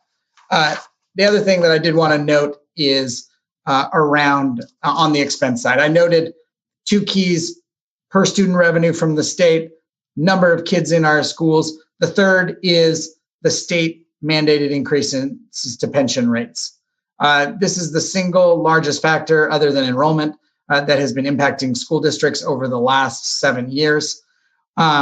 Just to be clear, the school board or any school board does not have any say over the pension benefits that any of our employees receive. Those are set by the state legislature, and they have no say over the rates that school district pays. Those are set by the legislature, and in the case of our classified employees, the PERS board. So in the early 2010s, there was pension reform, and this pension reform, when implemented, significantly increased on a state mandated basis the pension rates that school districts have to pay. from about $4.8 million in 2013-14. The scheduled rates for 2020-2021 would be about 10.5 million or 5.7 million in additional costs annually. To put that in perspective, that's a little under 55 teachers, additional teachers that NUSD could employ with that additional 5.7 million, or do a lot of other wonderful things with. I do want to note that the state has currently, over the next 2 years, they have temporarily given us a reprieve on these increases, but that increase is set to expire in 2022-2023. Getting into 2022-2023, there's really two things that are really looking difficult for school districts across the state and specifically in Nevada Unified. I'll go down to the third bullet point, but Chris noted that the state gave school districts a hold harmless on the number of students that they are funded on. So in this year and in 2021-2022, the school district will be funded at the number of students that were in the district in 2019-2020. So our current year funding and our funding in 2021-22 do not include the 300 to 400 students that have left our system in the current year, and those impacts will hit in 2022-2023. I also noted on the last slide that those state mandated pension increases that we've got a little bit of reprieve from for a couple of years. Those are scheduled to go back up into their statutory amounts in 2022-23. Ultimately, over the two of those, it's about a $5 million impact to our budget in 2022-23. In terms of the multi-year projections and how we look at the next couple of years, it's not surprising that, and this data is from our first interim in December budget update, that while we have a relatively balanced budget for 2020-2021, in 2021-2022, that jumps up a little bit to about a $2 million deficit. And then we noted as that financial cliff in 2022-2023, the projection is to a deficit of about $7.5 million in 2022-23, or a little bit over 8% of our annual budget. Since then, we did get a little bit of good news from the governor's 2021-2022 proposed budget. It did include a little bit of a COLA for 2021-2022, and it intends to give the COLA, and when we note COLA, it's the cost of living adjustment at the state level, and it also looks to give a COLA that we did not receive in the 2020-2021 year. Big numbers there. It's about a $2 million impact on there. There also were some cash flow improvements for us, which is important. And then they also included some one-time funding, which is important as we move more to get more students into classrooms, but doesn't really impact our overall financial picture moving forward on an ongoing basis. And so just to kind of go back to the multi-year projection, the multi-year projection gets better by about $2 million if the governor's proposals go through. So looking at a relatively balanced budget in 2021-2022, and then about a $5.5 million or 6 to 7% deficit in 2022-23. All right. All right. With that, I am happy to open it up to any questions. I have a question. Thank you. If you can go back to slide 15, please. Yep. Hold on. Thank you. Absolutely. Share your screen again. Yep. 15. Okay. Yes, thank you. So I am just curious about how these projections take into account any of the costs that the district might incur, in the short term because of COVID. And here I'm thinking about learning loss, any potential, like increases in supports for, SEL supports, for example, for students, additional supports for teachers, especially as, if the district is considering, extending the virtual learning academy. I know that's certainly, I see it in my own child, it's kind of a struggle. I think it's been a struggle for all of us. And I'm assuming that there are additional costs that may come with that. So I'm just curious to know like how that was thought about, with these projections. That's a great question. So one thing that wasn't included in the December budget report was some additional funding that was received by the state. If you remember in December, at the federal level, there was a little bit of a standoff, and ultimately they passed a smaller COVID relief package. And there were some funds that were allocated to specifically school districts through the state of California. And so there are some funds available for that. I raced past it, but I probably shouldn't have. Given your question on the one-time money that is proposed in the governor's budget for 2021, 2022, he's actually asked for them to fast track and not wait until the new year budget, but allocate that money now. There's actually some different, he's already on his second, he put out his proposal. The legislature just put out their response, which is I believe AB 86 that just came out. And so there is hope that there will be additional funding available in the state budget, whether that's in March or further out. But you are correct. If those funds are not generated, or the funds that we received in December are not adequate to cover that, that'll be an additional pressure on the budget to cover those costs. So yeah, we're hopeful that some of that money will arrive and at least cover the pressures of those very real needs in our community and in our students. But if they don't, then we'll have to take that into consideration on building our budget, and that could push up that deficit more. And if I could just add a little bit, thank you, Yancy, for all that background. The one thing we always know about those charts is that they're exactly wrong.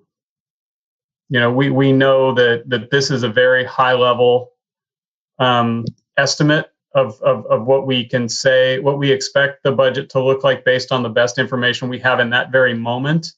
We typically publish that document for the board meeting. It's typically done on Thursday, because we have to comply with the Brown Act, as you guys just learned about.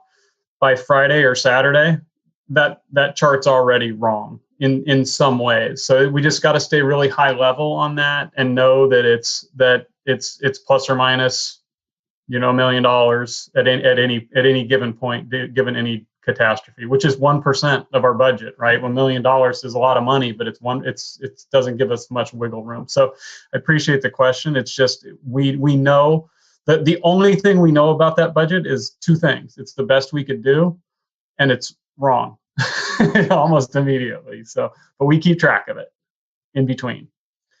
Okay, what did I see? Shrikala is next.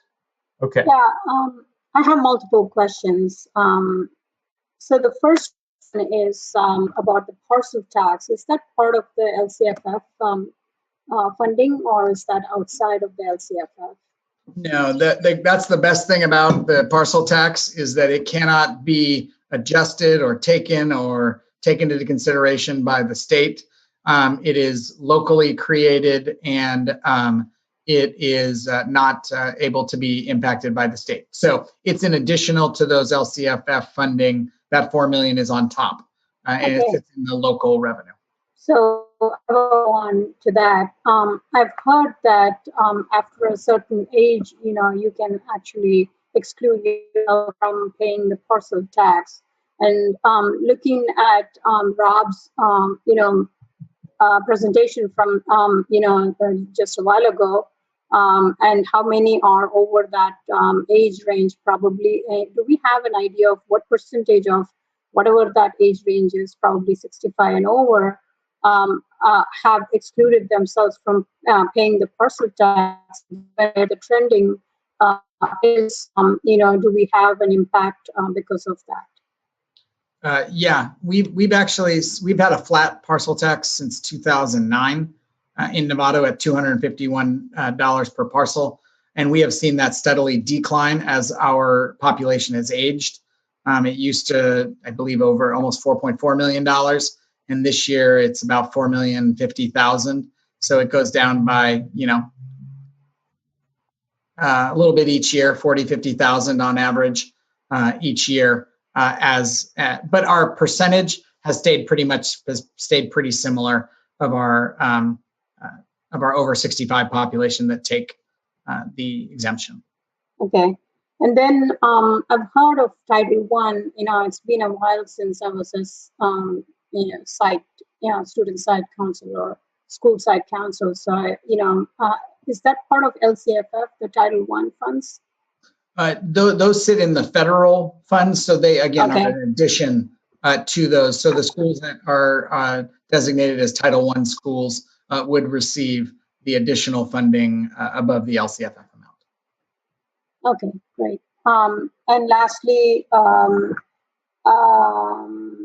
the reserve. Do we maintain a reserve? Reserve, yes. The overall reserve, including our unrestricted reserve, including our Fund 17, which is a special reserve fund, is about 12 or 13% right now. Okay. Thank you. Okay, Jennifer. I just have a couple, just to clarify some things for myself. The restricted and the non-restricted. I understand what the restricted is because I've been on several of these district committees. I just want to make sure everyone understands. And are you going to be going over that more in the future? If you are, then okay. But just that we all understand what the difference between the restricted funds and the non-restricted funds are. Because that was a very eye-opening for me when I first learned that so many years ago as a parent. Second, when it comes to the pensions, I know the difference between, we are a state-funded school, and then most of our Southern Marin schools are tax-funded, the property tax-funded.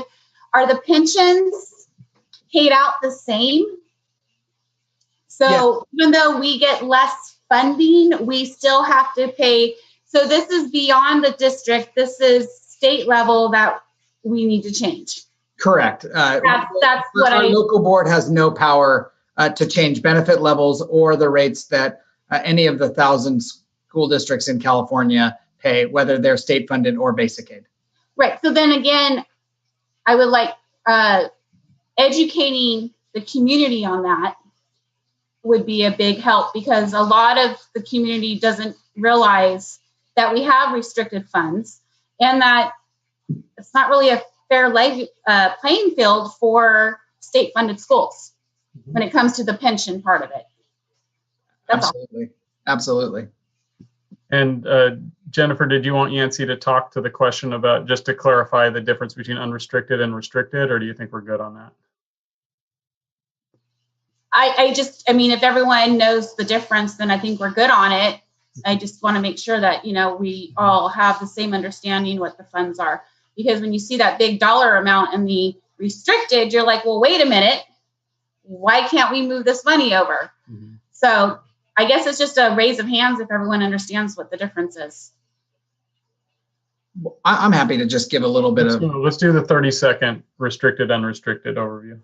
So restricted funds are primarily federal, state, and local funds that are brought in because of a specific purpose and cannot be used on anything.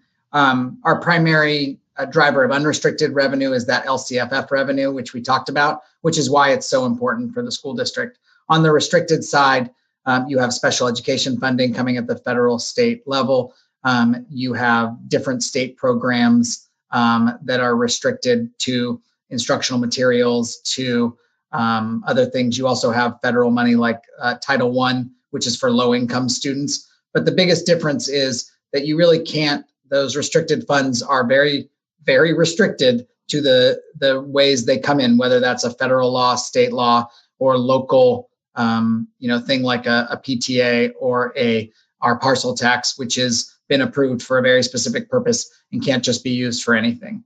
So we really focus on the unrestricted side of the budget because those are the ones that we really can make decisions on that are open-ended. All right, good. So was Sylvia next? Yeah, I have a couple of questions. We know that our parcel test will expire soon.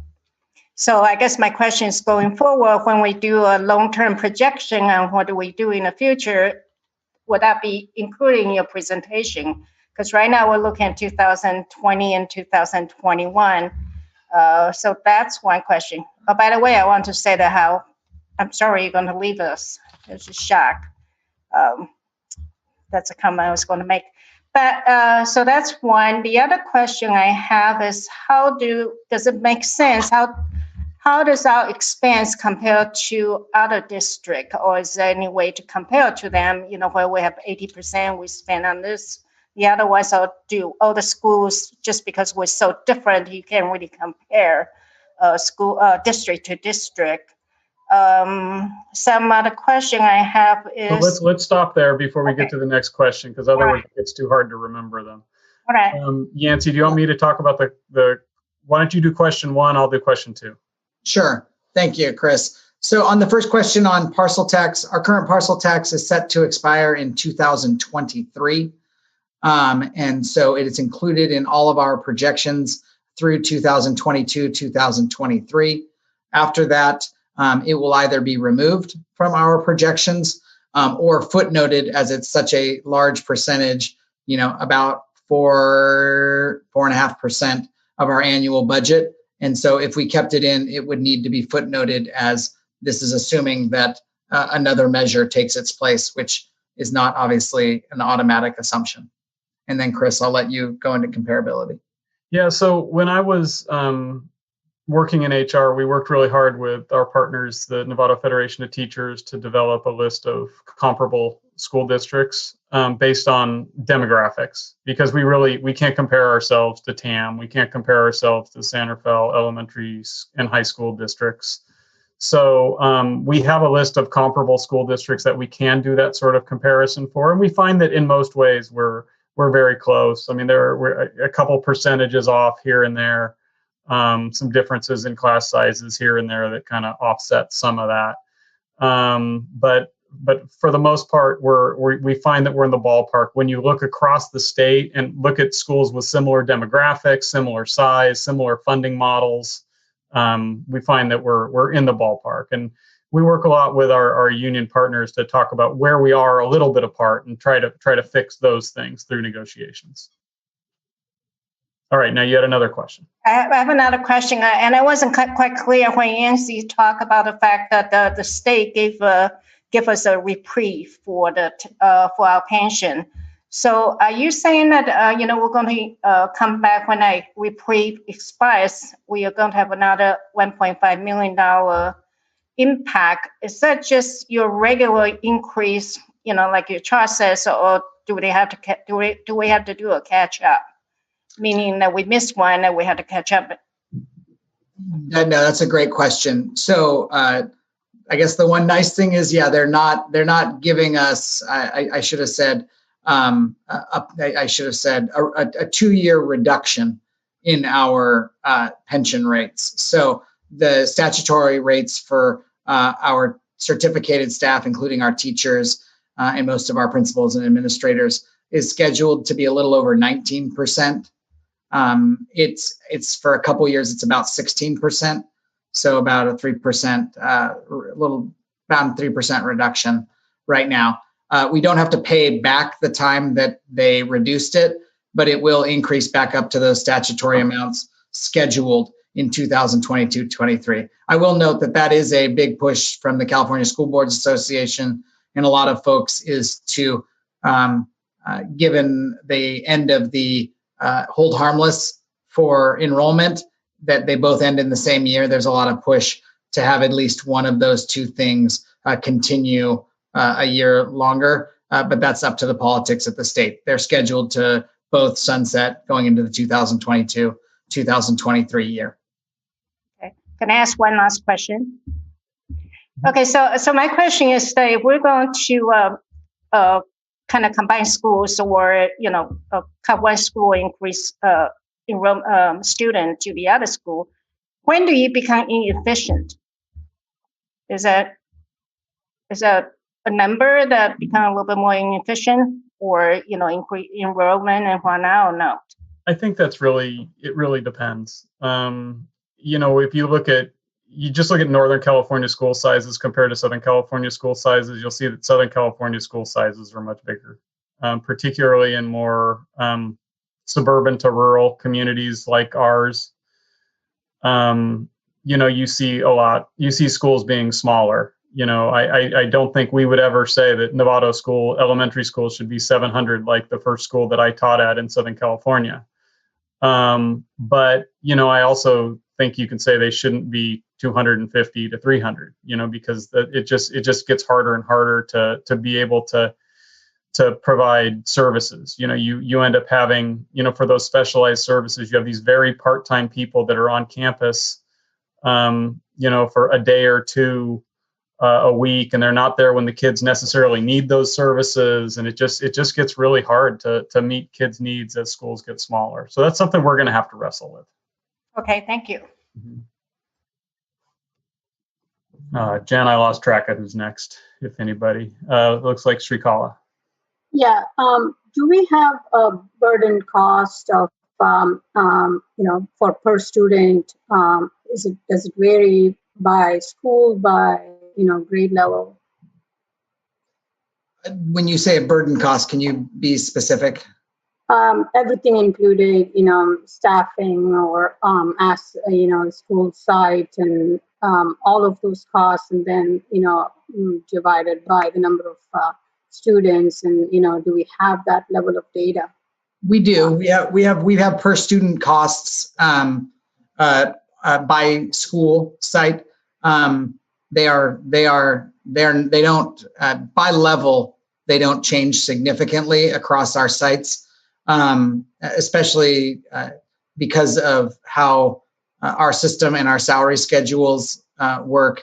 That we have some schools with staff that have been there longer. We have some schools with a younger staff.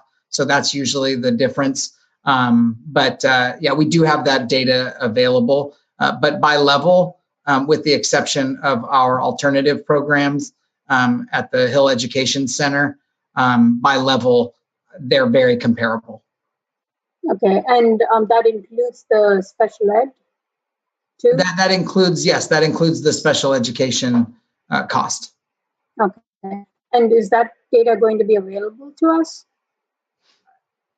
I'm happy to make that data available, either in the frequently asked questions if Chris and Jennifer move forward with that, or if another presentation comes. It's easily available in our federal reporting that we do by school site. And does the state mandate what that per student cost should be, considering that they paid, roughly you said 10,000 per student? Is there any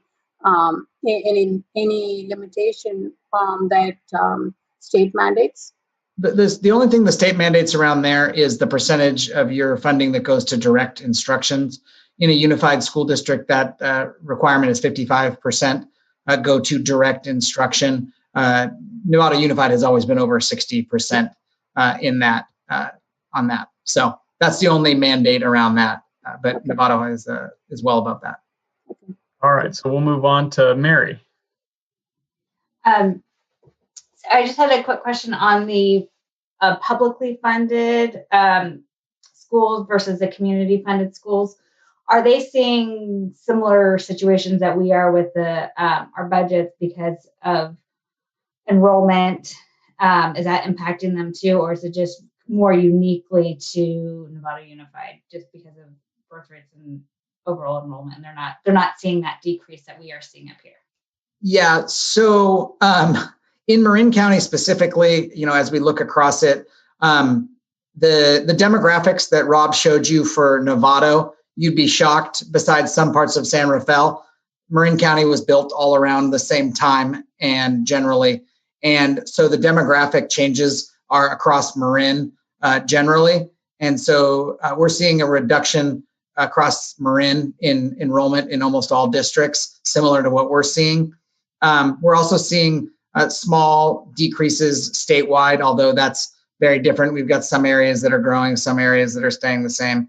But overall, in a trend data, we're seeing a little bit of a enrollment decline.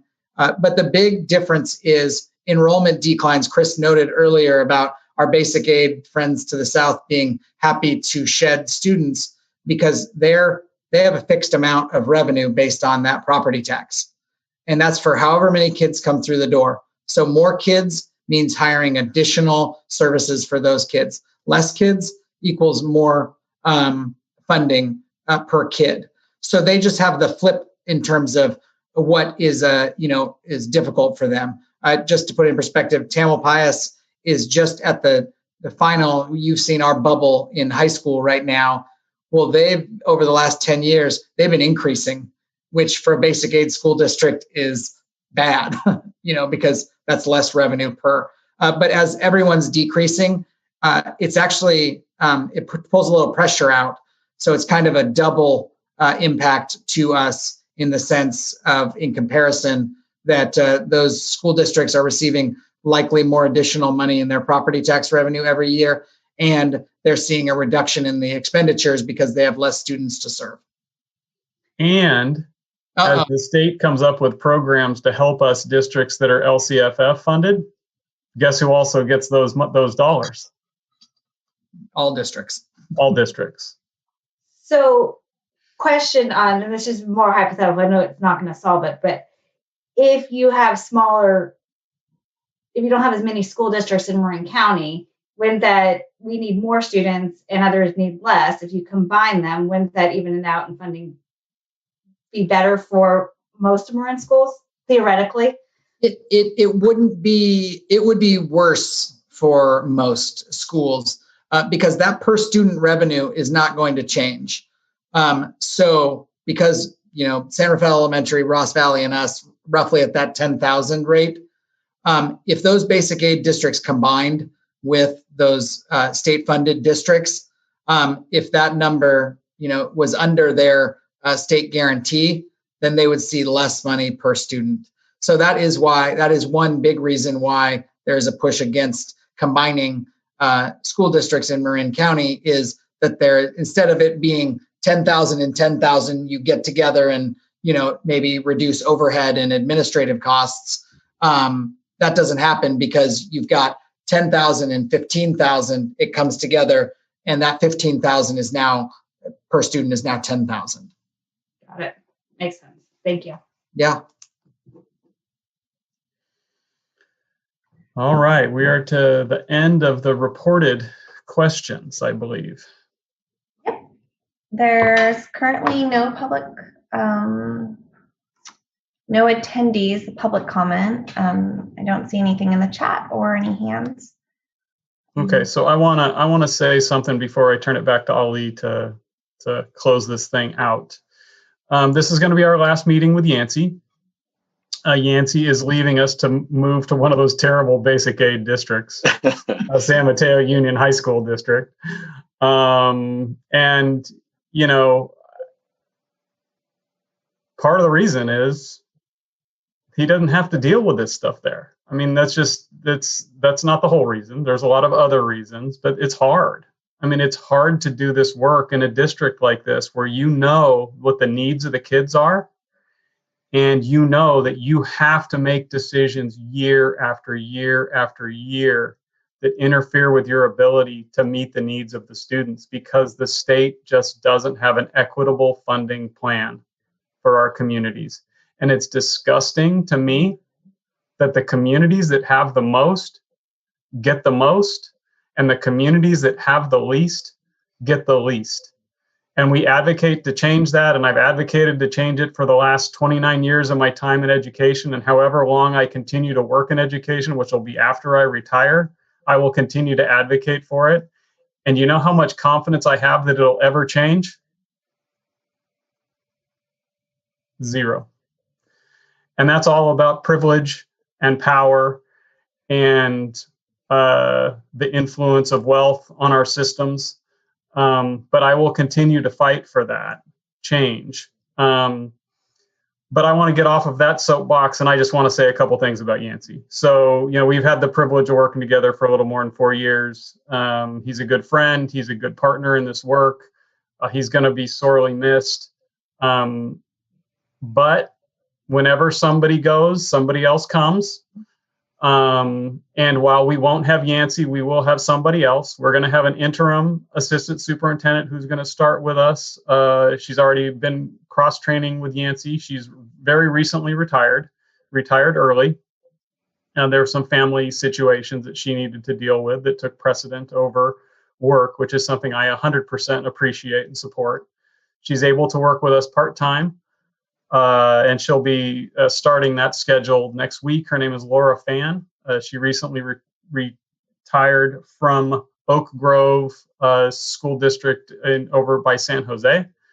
Has dealt with all of the things that we're dealing with. She is ready to lean into this work. When I went out looking for an interim, I didn't find somebody to sit in the desk until we found the full-time person. I found somebody who's a leader, who's ready to lean into this work, who has experience with 7-Eleven committees and possible school closures and teacher housing and all this stuff. So we're very lucky to have found her. She'll be with us moving forward.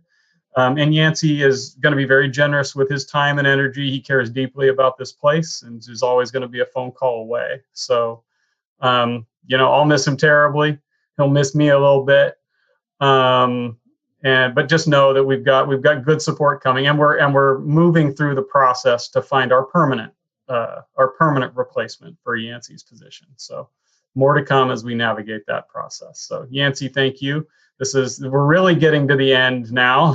I've said these sorts of things many times, but it gets harder each time as we get closer to the clock. So. With that, I know I'm babbling on. We're at the end of the meeting, and nobody wants to hear somebody talk at the end of the meeting, even if it's nice things about a nice person. So with that, I'll turn it over to Ali. All right. Well, thank you. That brings us to consent, to number 8, the consent. I think we've done that already and approved the minutes. Yep. Right before we adjourn, I'm going to say a few things. Big thank you to Rob for his presentation. Big thank you for Yancey for his. We're going to miss you. I'm going to miss you. Thank you for all that you did for NUSD. Thank you, Jen, for keeping us on track, and Chris for having all the answers. So as quickly as we were 15 minutes ahead of schedule, we're 15 minutes behind schedule.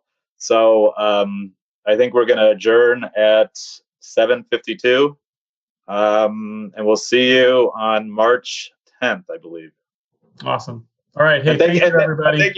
Thank everybody else for being here, because I know it's a commitment. We've already lost a few people along the way. So next time we'll try to make sure that we're on time and on schedule. All right, everybody. Take care. Thank you. Thank you. Thanks. Good job, Ali. Yeah.